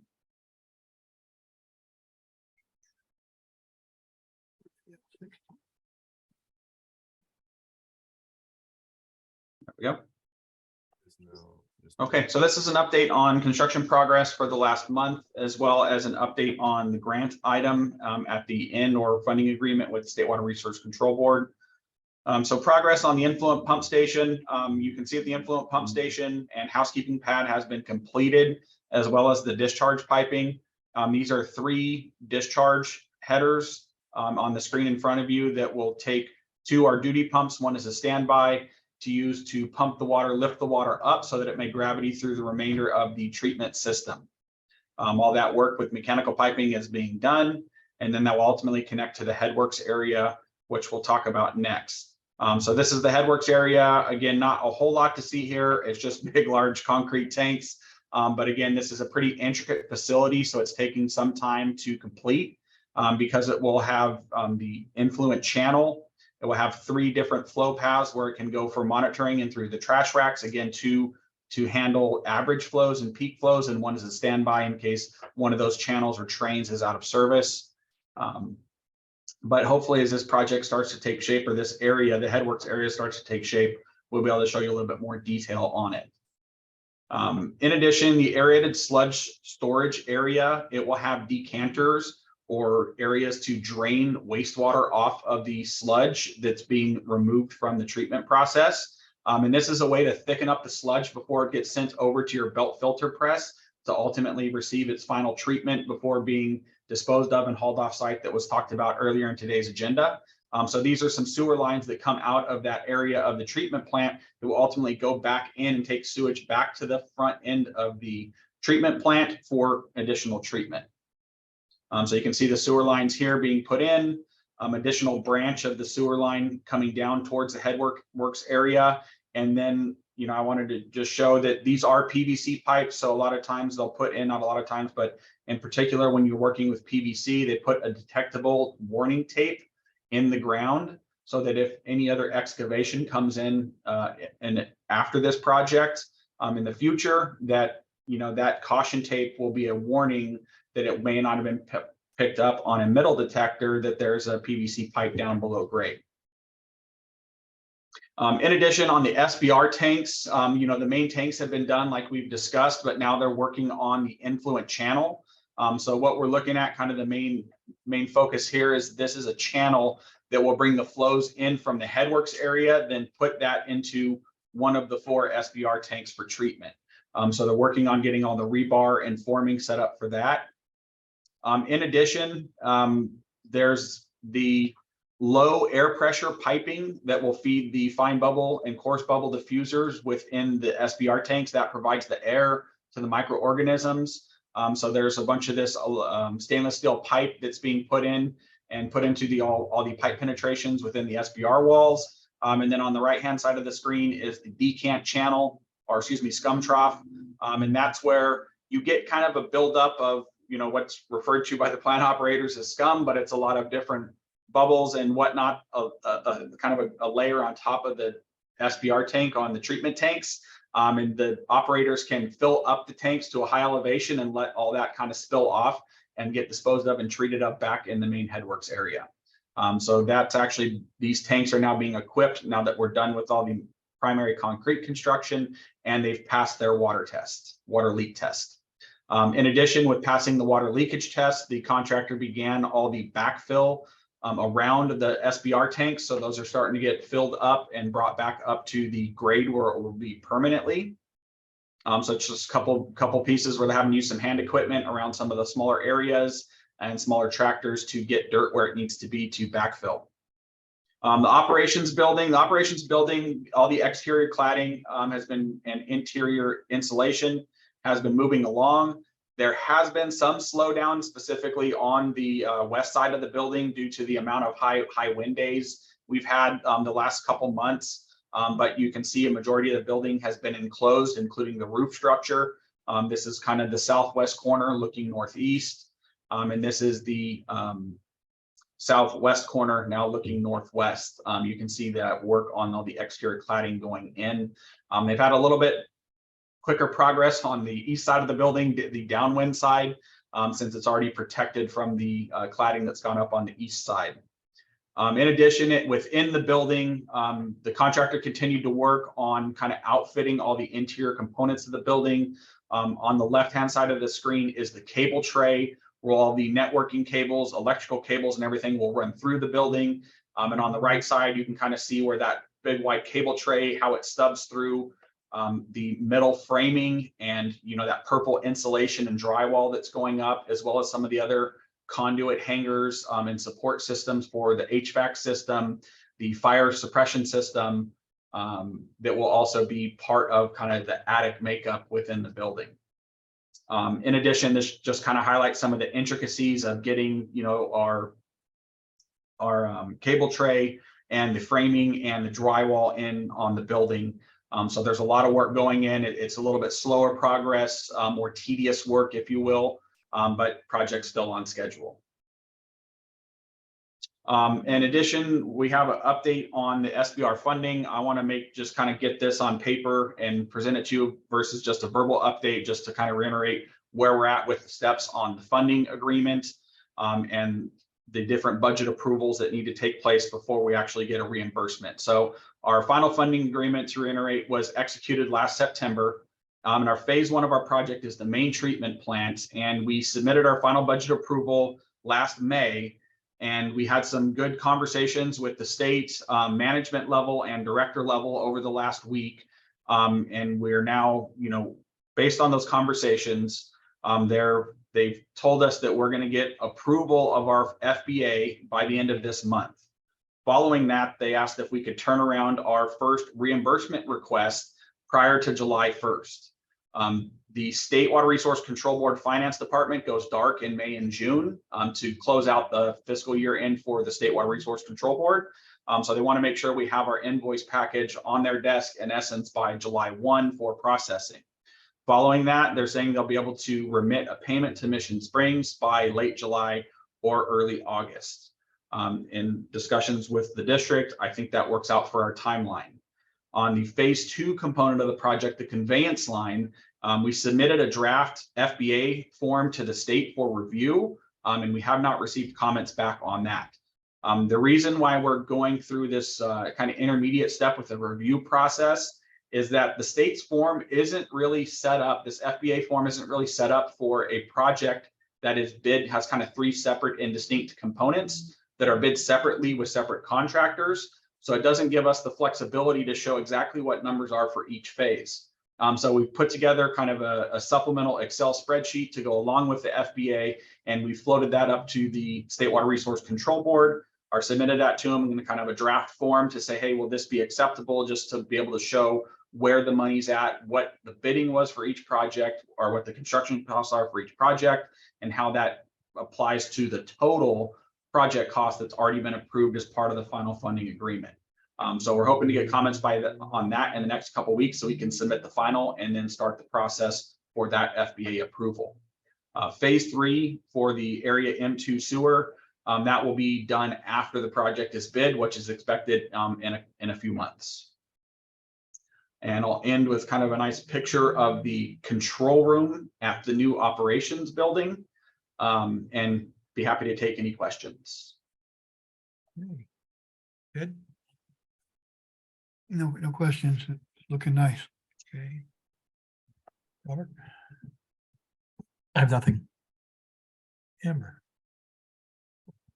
I just wanted to thank Mr. Ledbetter for his continuing push. And then I just wanted a little clarification. It was my understanding that there were a couple issues that the state had requested from us for that first FBA that we're hoping to get approved here shortly. Did we respond to them already on that? Is that all taken care of? Yeah, there was a couple questions as it relates to the DBE, Disadvantaged Business Enterprise, and one of the other forms. The state requires that we submit the schedule of values or the budget on how we're going to pay the contractor. And we didn't catch that there was a mistake on the original one that had already been fixed for the progress payments. So there was two line items that weren't totaling up correctly that we were able to fix last week. And then I spoke again with the state on Thursday, I believe it was, and they just had a couple verbal questions. Just wanted to confirm something, but yeah, we have not received anything else. There's nothing else in our court that we need to do as far as getting the FBA approved. Thank you very much. Thank you. Robert, anything? No. Ivan, anything further? No, thank you for the presentation. Okay. All right, item 17, Critical Service Center and Administration Building Update. Thank you, President Martin, members of the board. I'd like to update the board on two efforts that have been ongoing. The first one, the amendment to our CEQA document. As we've reported in previous updates, we've been working with Tom Dotson and Associates to complete the CEQA amendment before our meeting with the city. As we're in the process of setting the meeting with the city, an appeal of the Planning Commission decision to approve a mitigated negative declaration and development permit number 22-4, an application to develop a 60,000 square foot warehouse facility was on the city council agenda for May 2nd. The appeal was pulled from the agenda at the beginning of the meeting. So we followed up with the city to find out what exactly happened. We found that the environmental group called SAFER, Support Alliance of Environmental Responsibility, settled their dispute with the developer right before the council meeting. That's why it was pulled. With this information, we then reached out to our legal strategist and working with both our legal and environmental teams, try to determine the best way to discuss our project with SAFER, as they have seemed to be the most active group and more likely be the challenger, if you will, to our project. So with that, we're going to be setting a meeting up with our team internally. And on Wednesday, we're going to be meeting with the city. So we're trying to work through the process, knowing that there's going to be some eyes on this. It typically hasn't been here until the Amazon project was approved and started. So we're trying to work through those environmental issues. Secondly, the tour of East Valley. We concluded a doodle poll looking at May 22nd and found that that day did not work with our board. Therefore, we'll be reaching out to East Valley and our board later this week for another date. So that concludes our report. Okay. Ed, any questions, comments? Ivan? Robert? Of course. So East Valley. Do you think we would also be able to see their, what's it called, Sterling National Center? They have a whole new wastewater facility and they've developed wetlands from it. And so it seemed like a really interesting thing. And I don't know if we'd have time that day, but I think if we could maybe squeeze that into. I will see if we can't leverage that, knowing that we just saw their general manager give that discussion topic at our Aqua conference. I can say that we saw that and our board members would like to see it in person since we're going to be there. So I will see if I can't schedule that as well. Thank you. Very good idea. Amber? No? Okay. All right. Thank you. We'll move on to the consent agenda. There are two items on the consent agenda. The item 18, approval of minutes. And that's for the minutes of the study session on April 13th. Minutes from a board meeting on April 17th. Minutes from the Human Relations Committee meeting on April 20th, and the Public Affairs Committee meeting May 3rd. Also, there are item 19, a register of demands, the register of demands totaling $1,386,187.19. Would anybody like to pull any of these items for a separate discussion? The register of demands. I'm sorry, what? The register of demands, I'd like to pull for discussion. You want to pull that? Okay. Please. All right. With that, I'll entertain a motion to approve item 18, the approval of minutes. So moved. Second. Okay, we have a motion and a second. Roll call vote, please. Director Meyerhoffen, Yes. Director Duff, Yes. Director Griffith, Aye. Vice President Sewell, Yes. President Martin. Yes. Thank you. Motion passes. And we have pulled item 19, register of demands for additional discussion. Ted? The landscaper we're using right now, I don't see him. Are we still paying him? I don't see him on the register of demands. I didn't think I saw him last year, or I'm sorry, last month either. I'm looking through it right now and I can get back to you, but we are still under contract with our landscaper and we are still paying him. So if for one reason or another, an invoice has gotten missed, this particular register of demands, I would expect to see it on the next month. Okay. And then I see two board of directors mentioned twice. Okay, once on page 4. And then again, well, goes to page 1. So let me go down here, these other pages. At the bottom here, number 127 and page 129 for reimbursements. Well, I'm not sure what's going on with that. And it seems as if though our register of demands is getting smaller, or There are two reports included in the register of demands. One, the report is listed by check number, and the second report, it's in descending order. So Director Meyerhoffen, the report that you're looking at, they're two separate reports, but they're On the identical same- in nature. on the same page.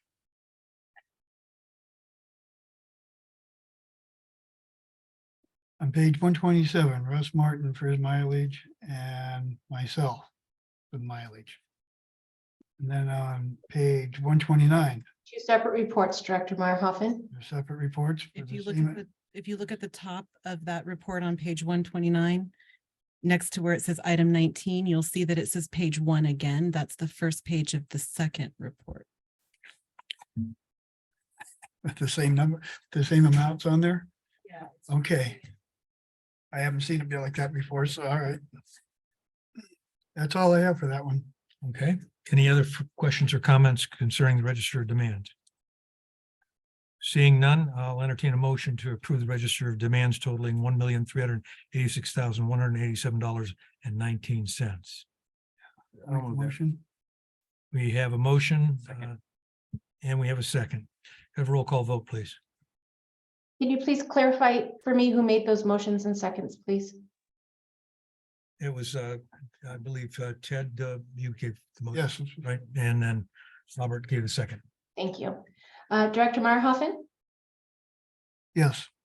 Director Duff, Yes. Director Griffith, Aye. Vice President Sewell, Yes. President Martin. Yes. Thank you. Motion passes. Okay, moving on to directors' reports. For the month of April, who would like to go first? I'm sure. Beg your pardon? I will, I'm sure. Okay. Robert, go ahead.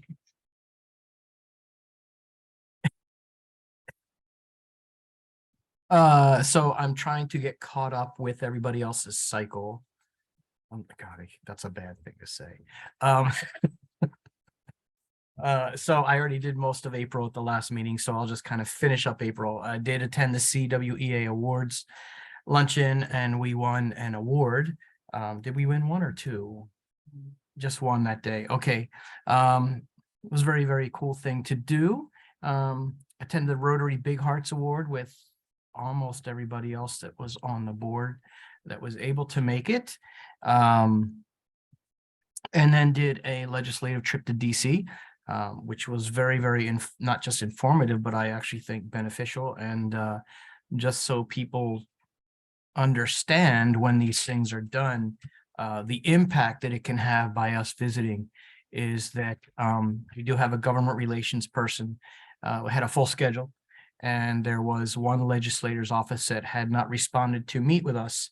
But when she contacted him that day and said there are actually board members here, all of a sudden then we were offered a meeting. So being there in person really does make an impact. It gives us an opportunity to tell our story and to benefit from whatever we can in terms of grants and available funding for different infrastructure projects. And based on our meetings, I'm pretty optimistic. You know, you never know what's going to happen with Congress, given that it's kind of a giant circus there. But if things go our way, then I think we'll see some beneficial movement on our part. So that ended my month. Okay. Good. I have a number of them here that I went to, but I think I'm going to allow the other directors to speak on them. Give their reports. It'll probably just be the same thing I'll say, but. Well, the That's okay. important thing is for you to report that you attended. And Okay. I attended the, I did that already. Anyways, the CSDA webinar, how and why involvement in LAFCO matters.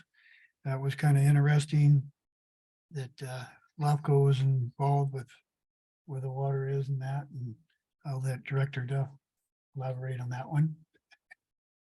There wasn't really much said about it other than that, I don't think. The next one here is the EIA Government Affairs Luncheon.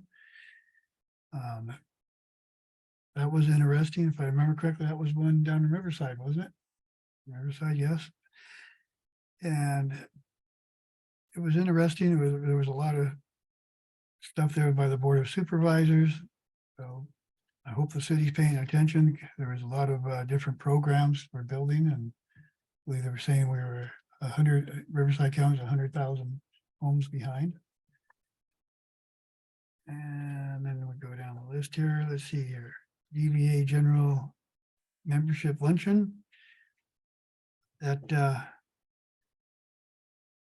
I think I was the only one there. You weren't there, were you, President Martin? I don't believe so. What date No. was that? What was the date on that? That was on the, I gotta go back and find it now.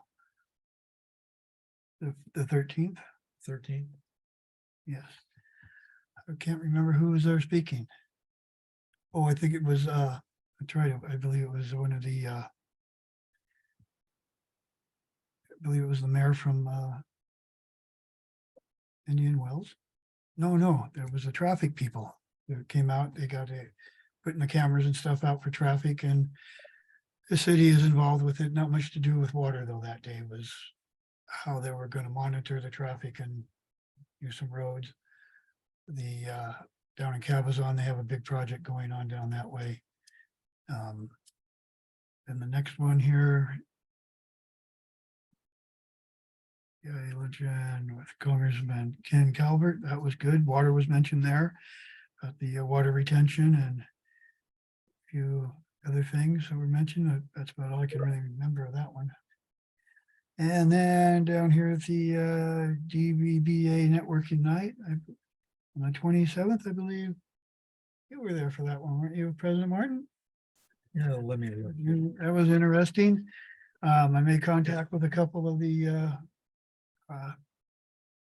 people that were contractors and referred him here to the Mr. Macy, and he answered a couple of emails. And then if go down here to the non-compensatable, the city celebration and block party. I remember President Martin being there. It was nice. That was the block party they had for the new painting on the building and to recognize the artist. And it's always good to go and support the city. And that's it. Thank you.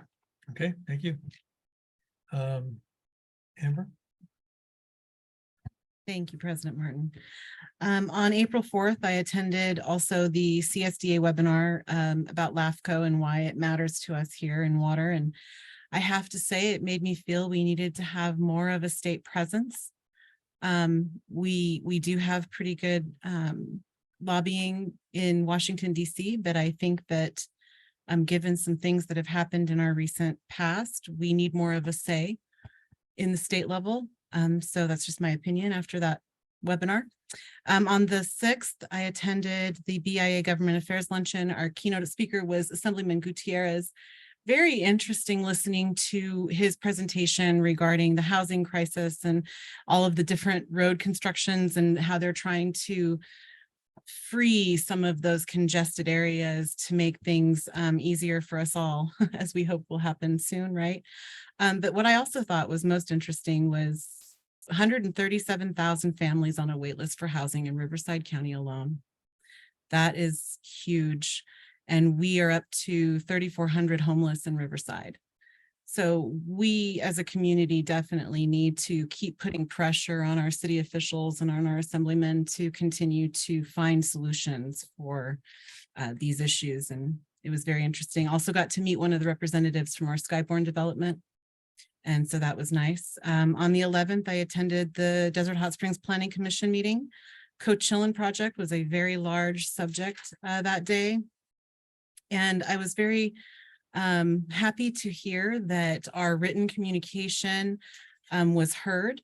MSWD's written communication and communication with other people in the community was obviously heard, as they did send Coachella back to work with MSWD and continue to find solutions for just how much water their new project is going to use at any given moment. And so that was nice to see the community response and those commissioners' response to acknowledging our concerns.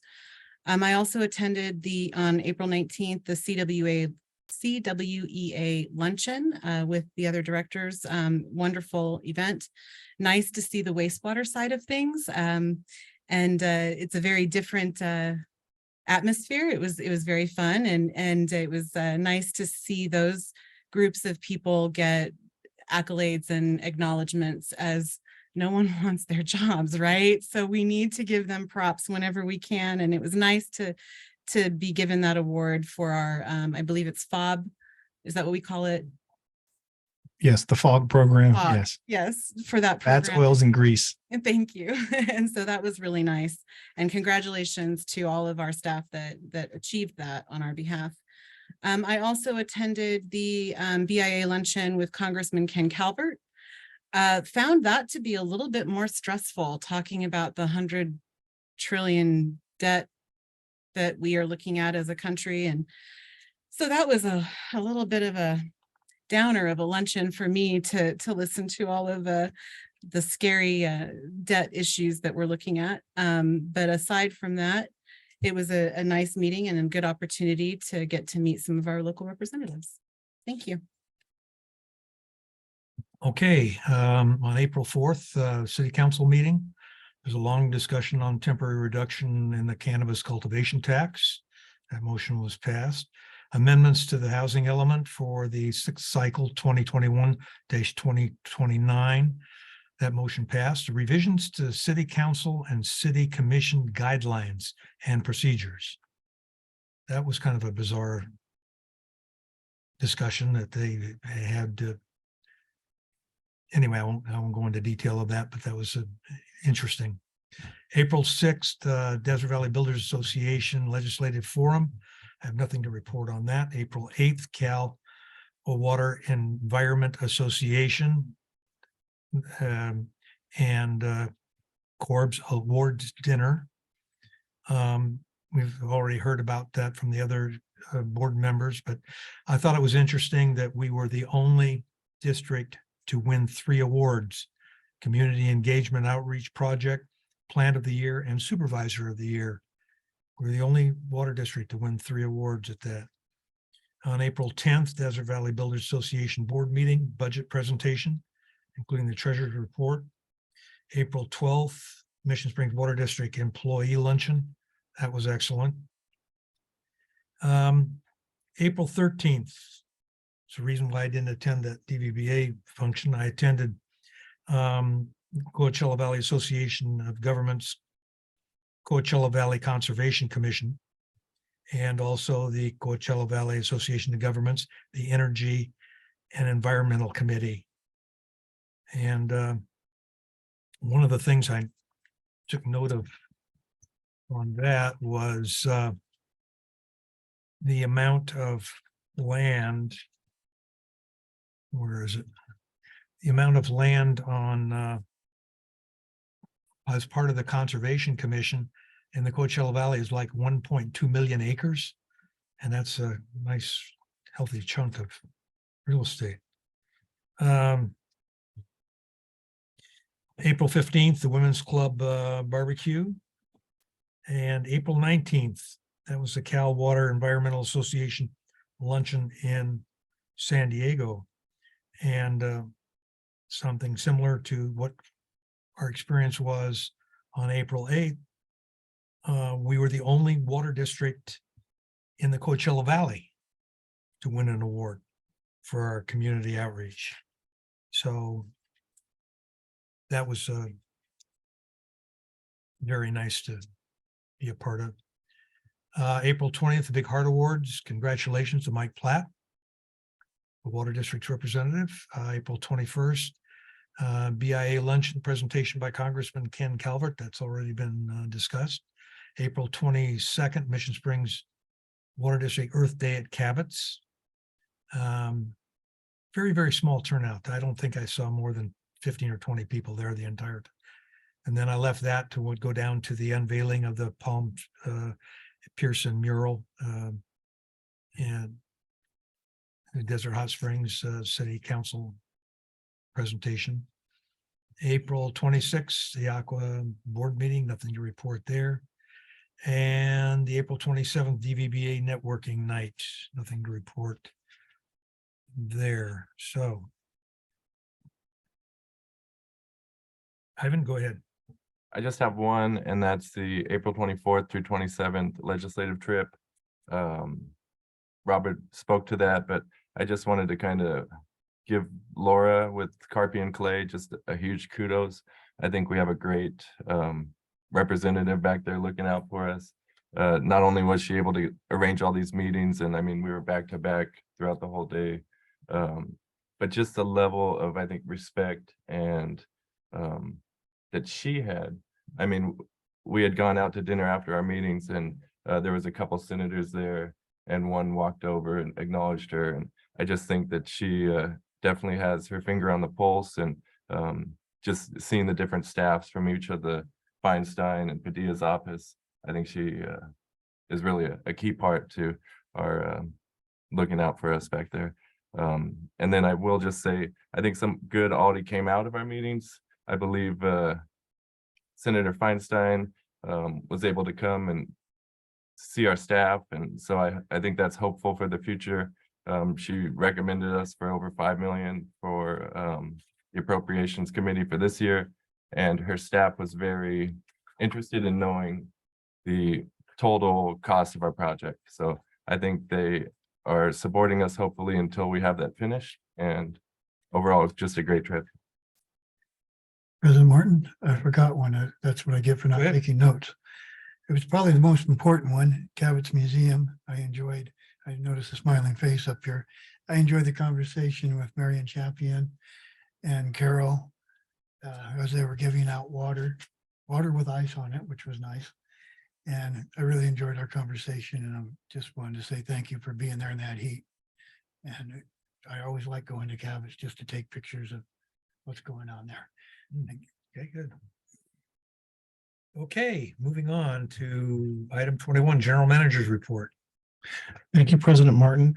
We will start. I will ask our Director of Finance, Arturo Ceja, to give our monthly financial report. Arturo?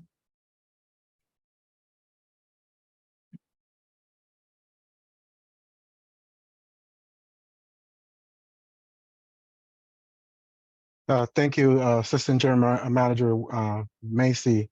And I apologize. I forget that when I start the share the screen, I lose my screen. And so I hope you can see that in your what you're seeing. This is the April summary of the district finances in terms of our revenue, operating revenue, and operating expenses. We're still trending upwards of $2.6 million.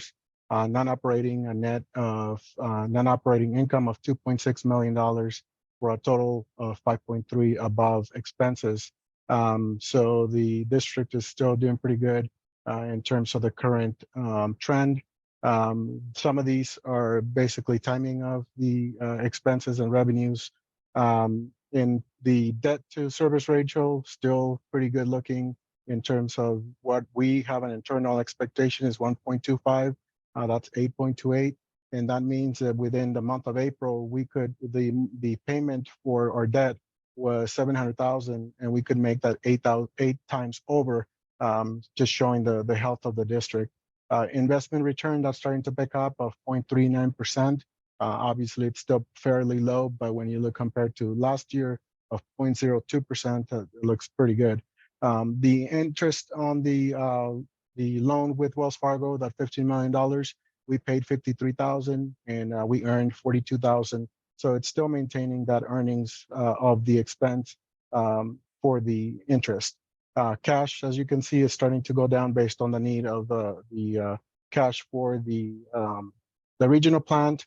We were building it up last year. As you can see, we started July of last year with 39 million, added 7.4 million for a total of 47, and which is what we started with, and then now starting to go down as we use it. In the GM report, you also saw a few of the improvements we're making and trying to get caught up. The audit, interim audit for next year has been scheduled for June, towards the end of June. So trying to stay ahead of that with the accounting manager. You saw some of the customer calls decrease as we increase the number of customers connecting to our portal. And so overall pretty good trend in terms of what staff is doing for the district. You saw an RFP go out, and finally we have a long-range financial plan. So if you haven't heard yet today, or maybe later this week, we're trying to schedule the budget workshop so that we can also go over that information. I'll do a presentation of the long-range financial plan in there because it is in conjunction, so that you get a good idea of where we're looking at in the next year and after. Yeah, that's what we're doing in the finance department. And at this point, I'll answer any questions. Okay,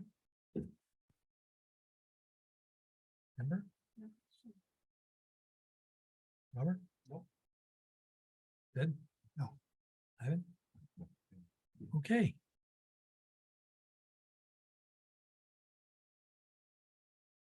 Before we move on to the public outreach report, I just would like to let everyone know that Arturo's office is currently vacant. He's not left us. He has decided to move over to the trailers behind our office building here to be closer to his staff.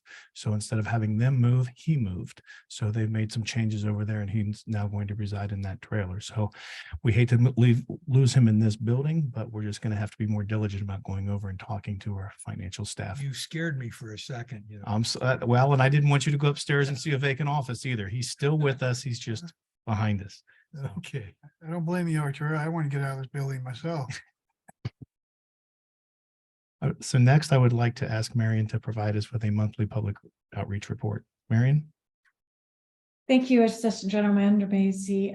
Good afternoon, President Martin and members of the board. I have a short PowerPoint that I'm going to queue up.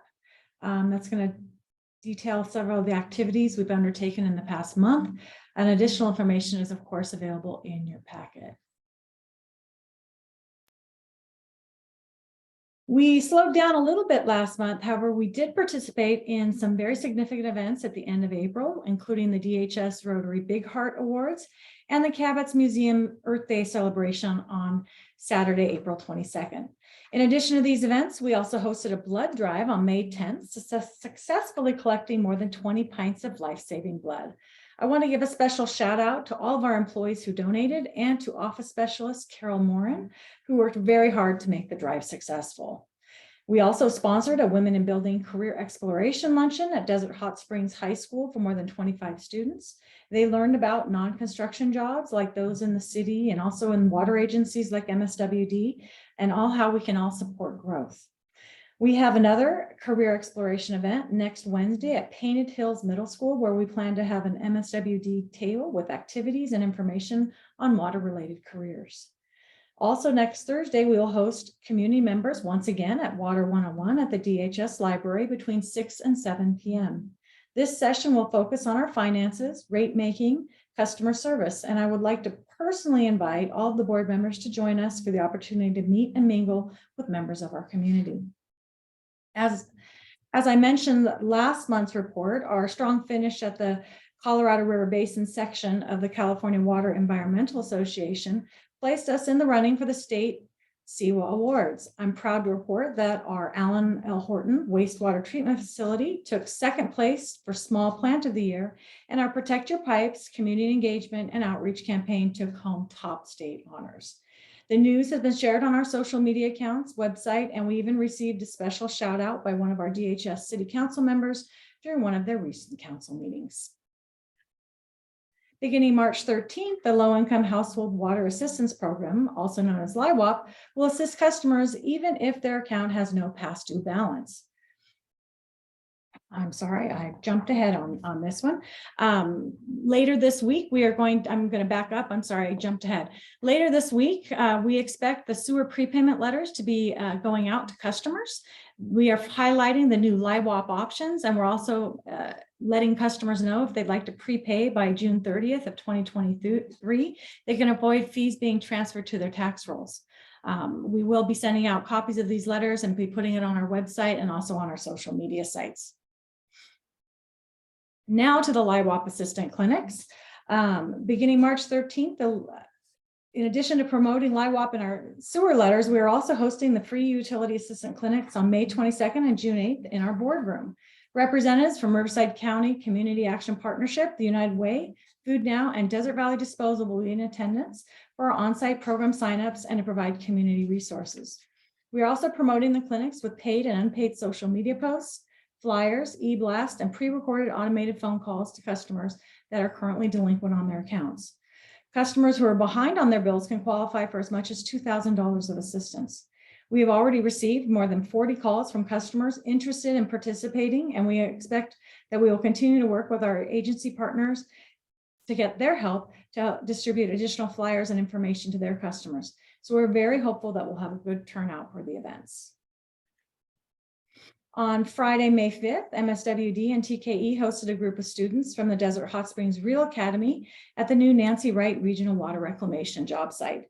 The students were there to interview staff about the plant and the impact it will have on the future of our water supply and our water quality. Students also learned about potential jobs in the water industry, many of which they had never heard of. The students will be taking what they learned and turning it into a short 60-second PSA that will be entering into a regional competition at the end of the school year. This is just one of the projects we have helped the students with this year, and we are already in talks with the DHS staff to look at ways we can expand the program next year, including the possibility of doing a 3D modeling exercise that we hope to launch next fall. Late last month, members of the board and management team had the opportunity to meet and discuss the district's groundwater quality protection project with representatives from the DC offices of Senator Feinstein, Senator Padilla, Congressman Ruiz, Aqua federal legislative staff, and senior administrators from the Army Corps of Engineers. This promoted a follow-up meeting here at MSWD last Monday with Senator Feinstein's LA office staff. Both Senators Feinstein and Padilla have advanced the district's community projects requests for funding in fiscal year 2024, and we will continue to update the board as these requests continue to make their way through the Senate appropriations subcommittees. I also wanted to note that last Friday, the governor released his May budget revise. As expected, the state's budget deficit grew by $9.3 billion for a total of almost $3.1 billion. The governor expressed that there are a lot of uncertainties that could impact California's fiscal health. Specifically, he mentioned the federal debt limit may have an impact on the financial markets, and therefore California's tax revenues, higher interest rates, the recent bank failures, and the delayed tax receipts for 99% of taxpayers. Also on the state level, I wanted to note that the momentum for a new state water bond is growing. Polling is showing favorable support for a 15 to 18 billion climate resiliency infrastructure bond that could be crafted and placed on the ballot as early as March of 2024. We are seeing different proposals coming forward, and we will continue to update you as this continues to be shaped and move forward. And now moving on to some of the fun stuff. I have a new social media video that we'll be releasing later this month that promotes the MSWD Customer Connect Water portal and shows customers how they can add the portal to the homepage of their mobile phone so they can access it just like they would a regular phone application. Here's the video.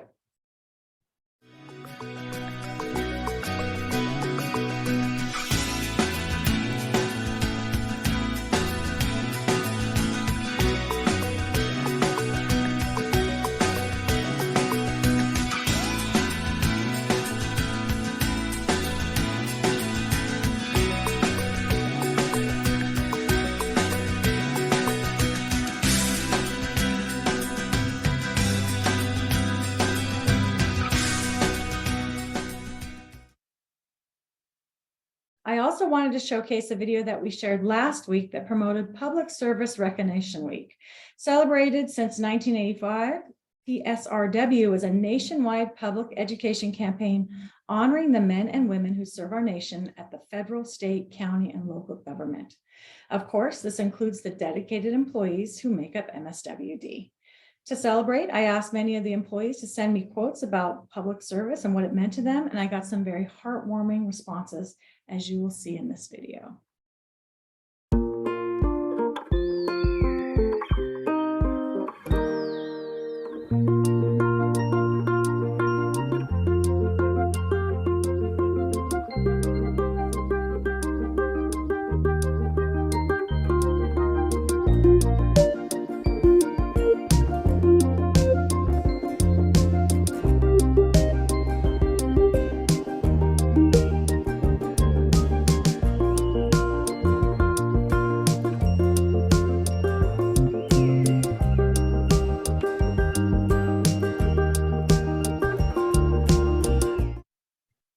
And that concludes my report for today. Thank you so much. Very excellent, Marianne. Thank you so much. That was very, very well done. Any other comments regarding it, Amber? On the ad for connecting the app, will it have voice on it? No, it is made for social media. A lot of times people watch those without any sound. So it's all just what goes through on there. They can do it with subtitles if they want to do subtitles. Okay, Otherwise, thank you. Very good, by the way. Robert? Okay, Ted? No. Okay, Ivan? Just seemed like a busy month, so thank you for everything and appreciate all of your work. That's great. Okay, moving on to item 22, district council comments. So we will have a closed session today. It will be item 24, a conference with legal counsel regarding existing litigation pursuant to Government Code Section 54956.9 D1. That involves one case. It's Mission Springs Water District versus Desert Water Agency.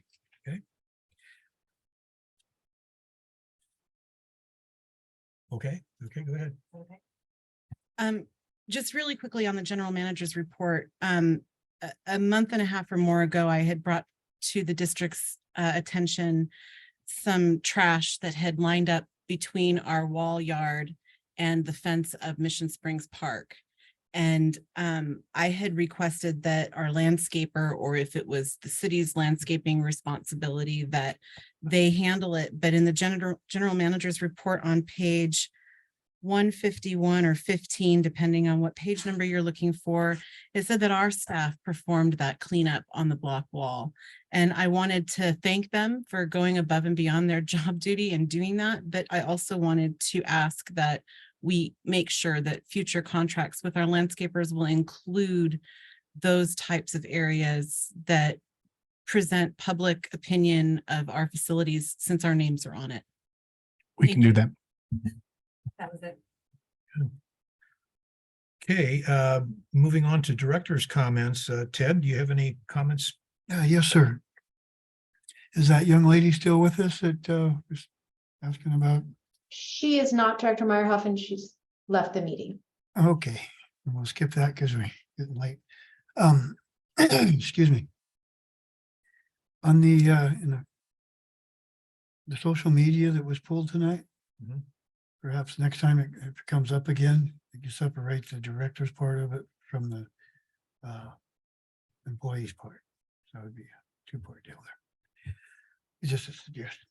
Okay. The next thing is the contracts that went out, Mr. Macy, on the landscaping.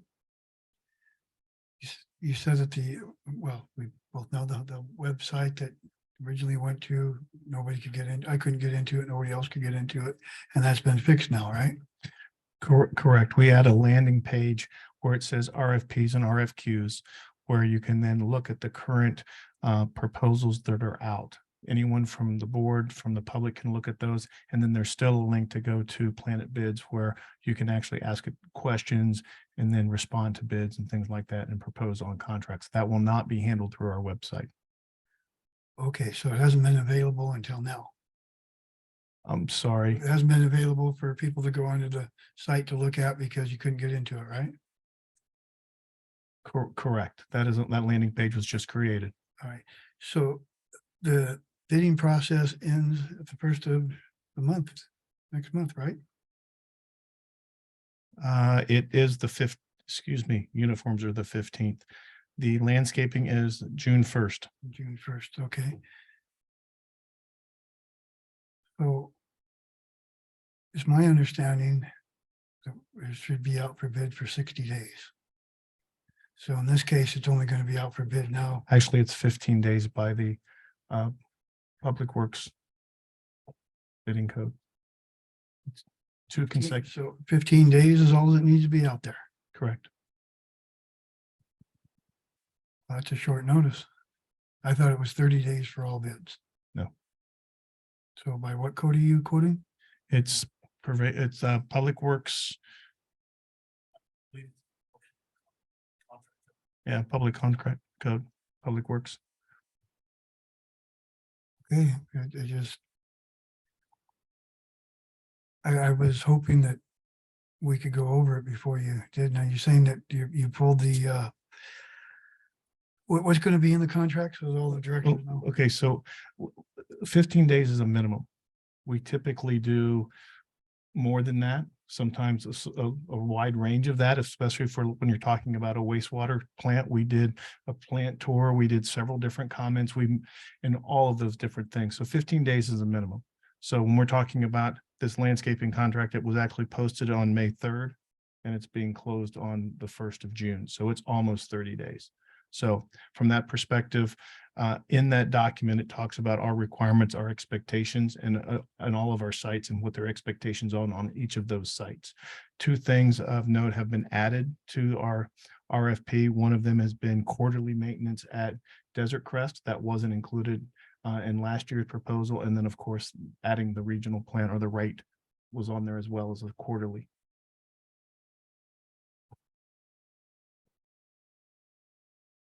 Well, I don't know how any, excuse me, how any contractor could really do that within 15 days, figure it all out. I mean, if they get in there and they see that, 5 days later from now or whatever, and it just doesn't seem like we're really getting it out there into the public because of the problem with the website and all. Well, remember, the website is not the official location. By code, we have to put it in a plan room. The plan room serves as budget, as Planet Bids. When we put something on Planet Bids, there's an automatic notification to go to all landscapers or all contractors that have checked the box to get notified of any landscape type of work. So when that went to Planet Bids on May 3rd, all of the contractors that have checked that box have gotten notified of this instantaneously on the 3rd. That's one of the reasons we go through that process, is because they have a larger Rolodex, a larger list of people that they can reach out to. Okay, well, I was under the impression nobody could get into it. Is what No. you were saying to me earlier. No, that's not what we said. We understood that the board could not have access to that because there's no public side to the link that we sent you. Therefore, we added it to our website, so our board would have the ability to look at these RFQs and RFPs. We could have sent it out specifically for just that one, but we felt it important enough because we have received questions about many of our bids or many of our processes. So we wanted to make sure from a transparency perspective that we had a landing page that would address that. Well, my next question is the directors here, some of them, 2 of them I know have never seen the Desert Crest treatment plant, so they wouldn't know what was going on there for any bidding process or what needs to be done. And there's another area that I haven't seen up there in Mission Lakes Country Club. So I don't understand how they're going to say yes or no for something that they have no knowledge of. So in other words, you need to make a field trip over there and to some of these other sites. So when we go to bid on, when we go to approve it, we know what's going on with it, what we're actually approving. I mean, you bring us all this paperwork, but we really don't ever see what we're approving. Well, we can always have tours of any facility. They're always open. Please just call us and we'll schedule something to go see any site within our district boundaries. And some, even when we're talking about offsite, when we go to East Valley, we'll look at others. So we will set up tours at anyone's request. So you want me to call you to set up this tour before tomorrow? Is that what you're saying to me? You say to call you, you'll set up the tours. If you would like a tour, we will be more, please, let's set something up and we'll. President Martin, it's really up to you if you think the board needs to go out there to look to see what we're actually approving. It doesn't necessarily have to be the board. If you want to go out and see it, or any of the board members can, you contact Brian and he'll make sure that you get to go out and take a look. We can't have a majority of the board go out there because it would be an item that'd be within the board's jurisdictional, within your subject matter jurisdiction, but you could have a minority of the board go out there. How is that any different than our wastewater treatment tour that we just all took together? I don't know. I don't know if that was noticed as a meeting or if it was just an informational thing. This seems like it's more related to a specific decision. Yeah, that's the distinction. He's talking about a specific RFP where we would then be bringing it back to you for guidance. Okay. Good point. Okay. Ivan, Yeah, not to really dive too deep and beat a dead horse, but just wanted to go back to a couple items that we went through today. Regarding the generator item, I know sometimes schedules are difficult, and I think it made it worse that we didn't have a study session. But I think in the future, any items where there's staff that's maybe not upper management that's typically at our meetings when they give their input, it would be nice to have them here should questions arise. Thank you.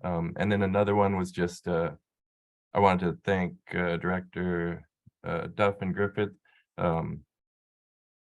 regarding the HR item. I came here with a different idea, and I think a lot of their knowledge and questions today kind of went deeper than I had thought about the item. So I appreciate their input, and I think it's something that we could still revisit in the future for the healthcare to be a benefit for those 6 or so employees. But so thank you.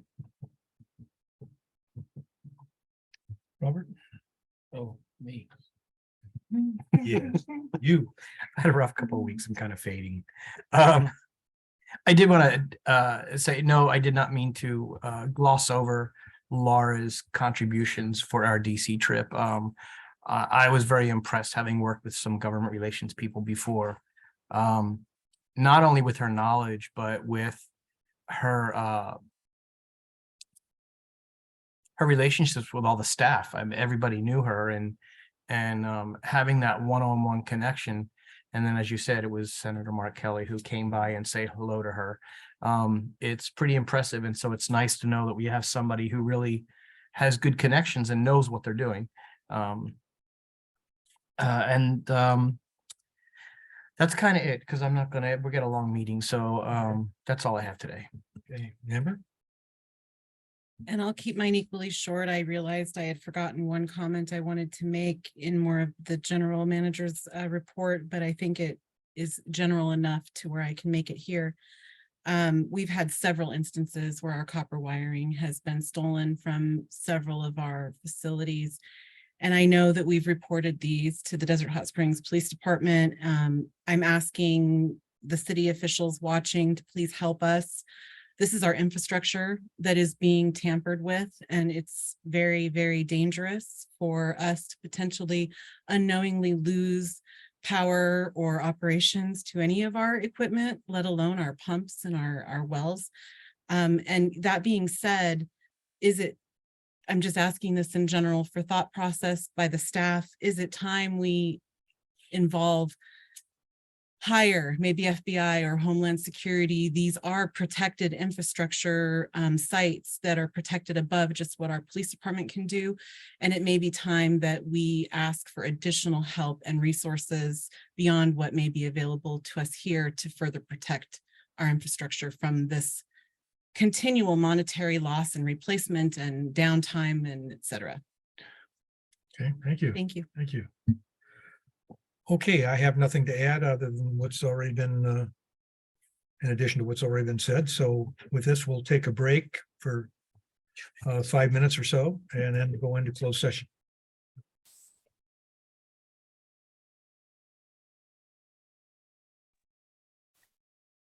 We're out of closed session. Counselor, could you report on closed session, please? Yes, the board met in closed session, item number 24, conference with legal counsel regarding existing litigation, and that involved the Mission Springs Water District versus Desert Water Agency matter. There was no reportable action taken. Okay. With that, meeting is adjourned.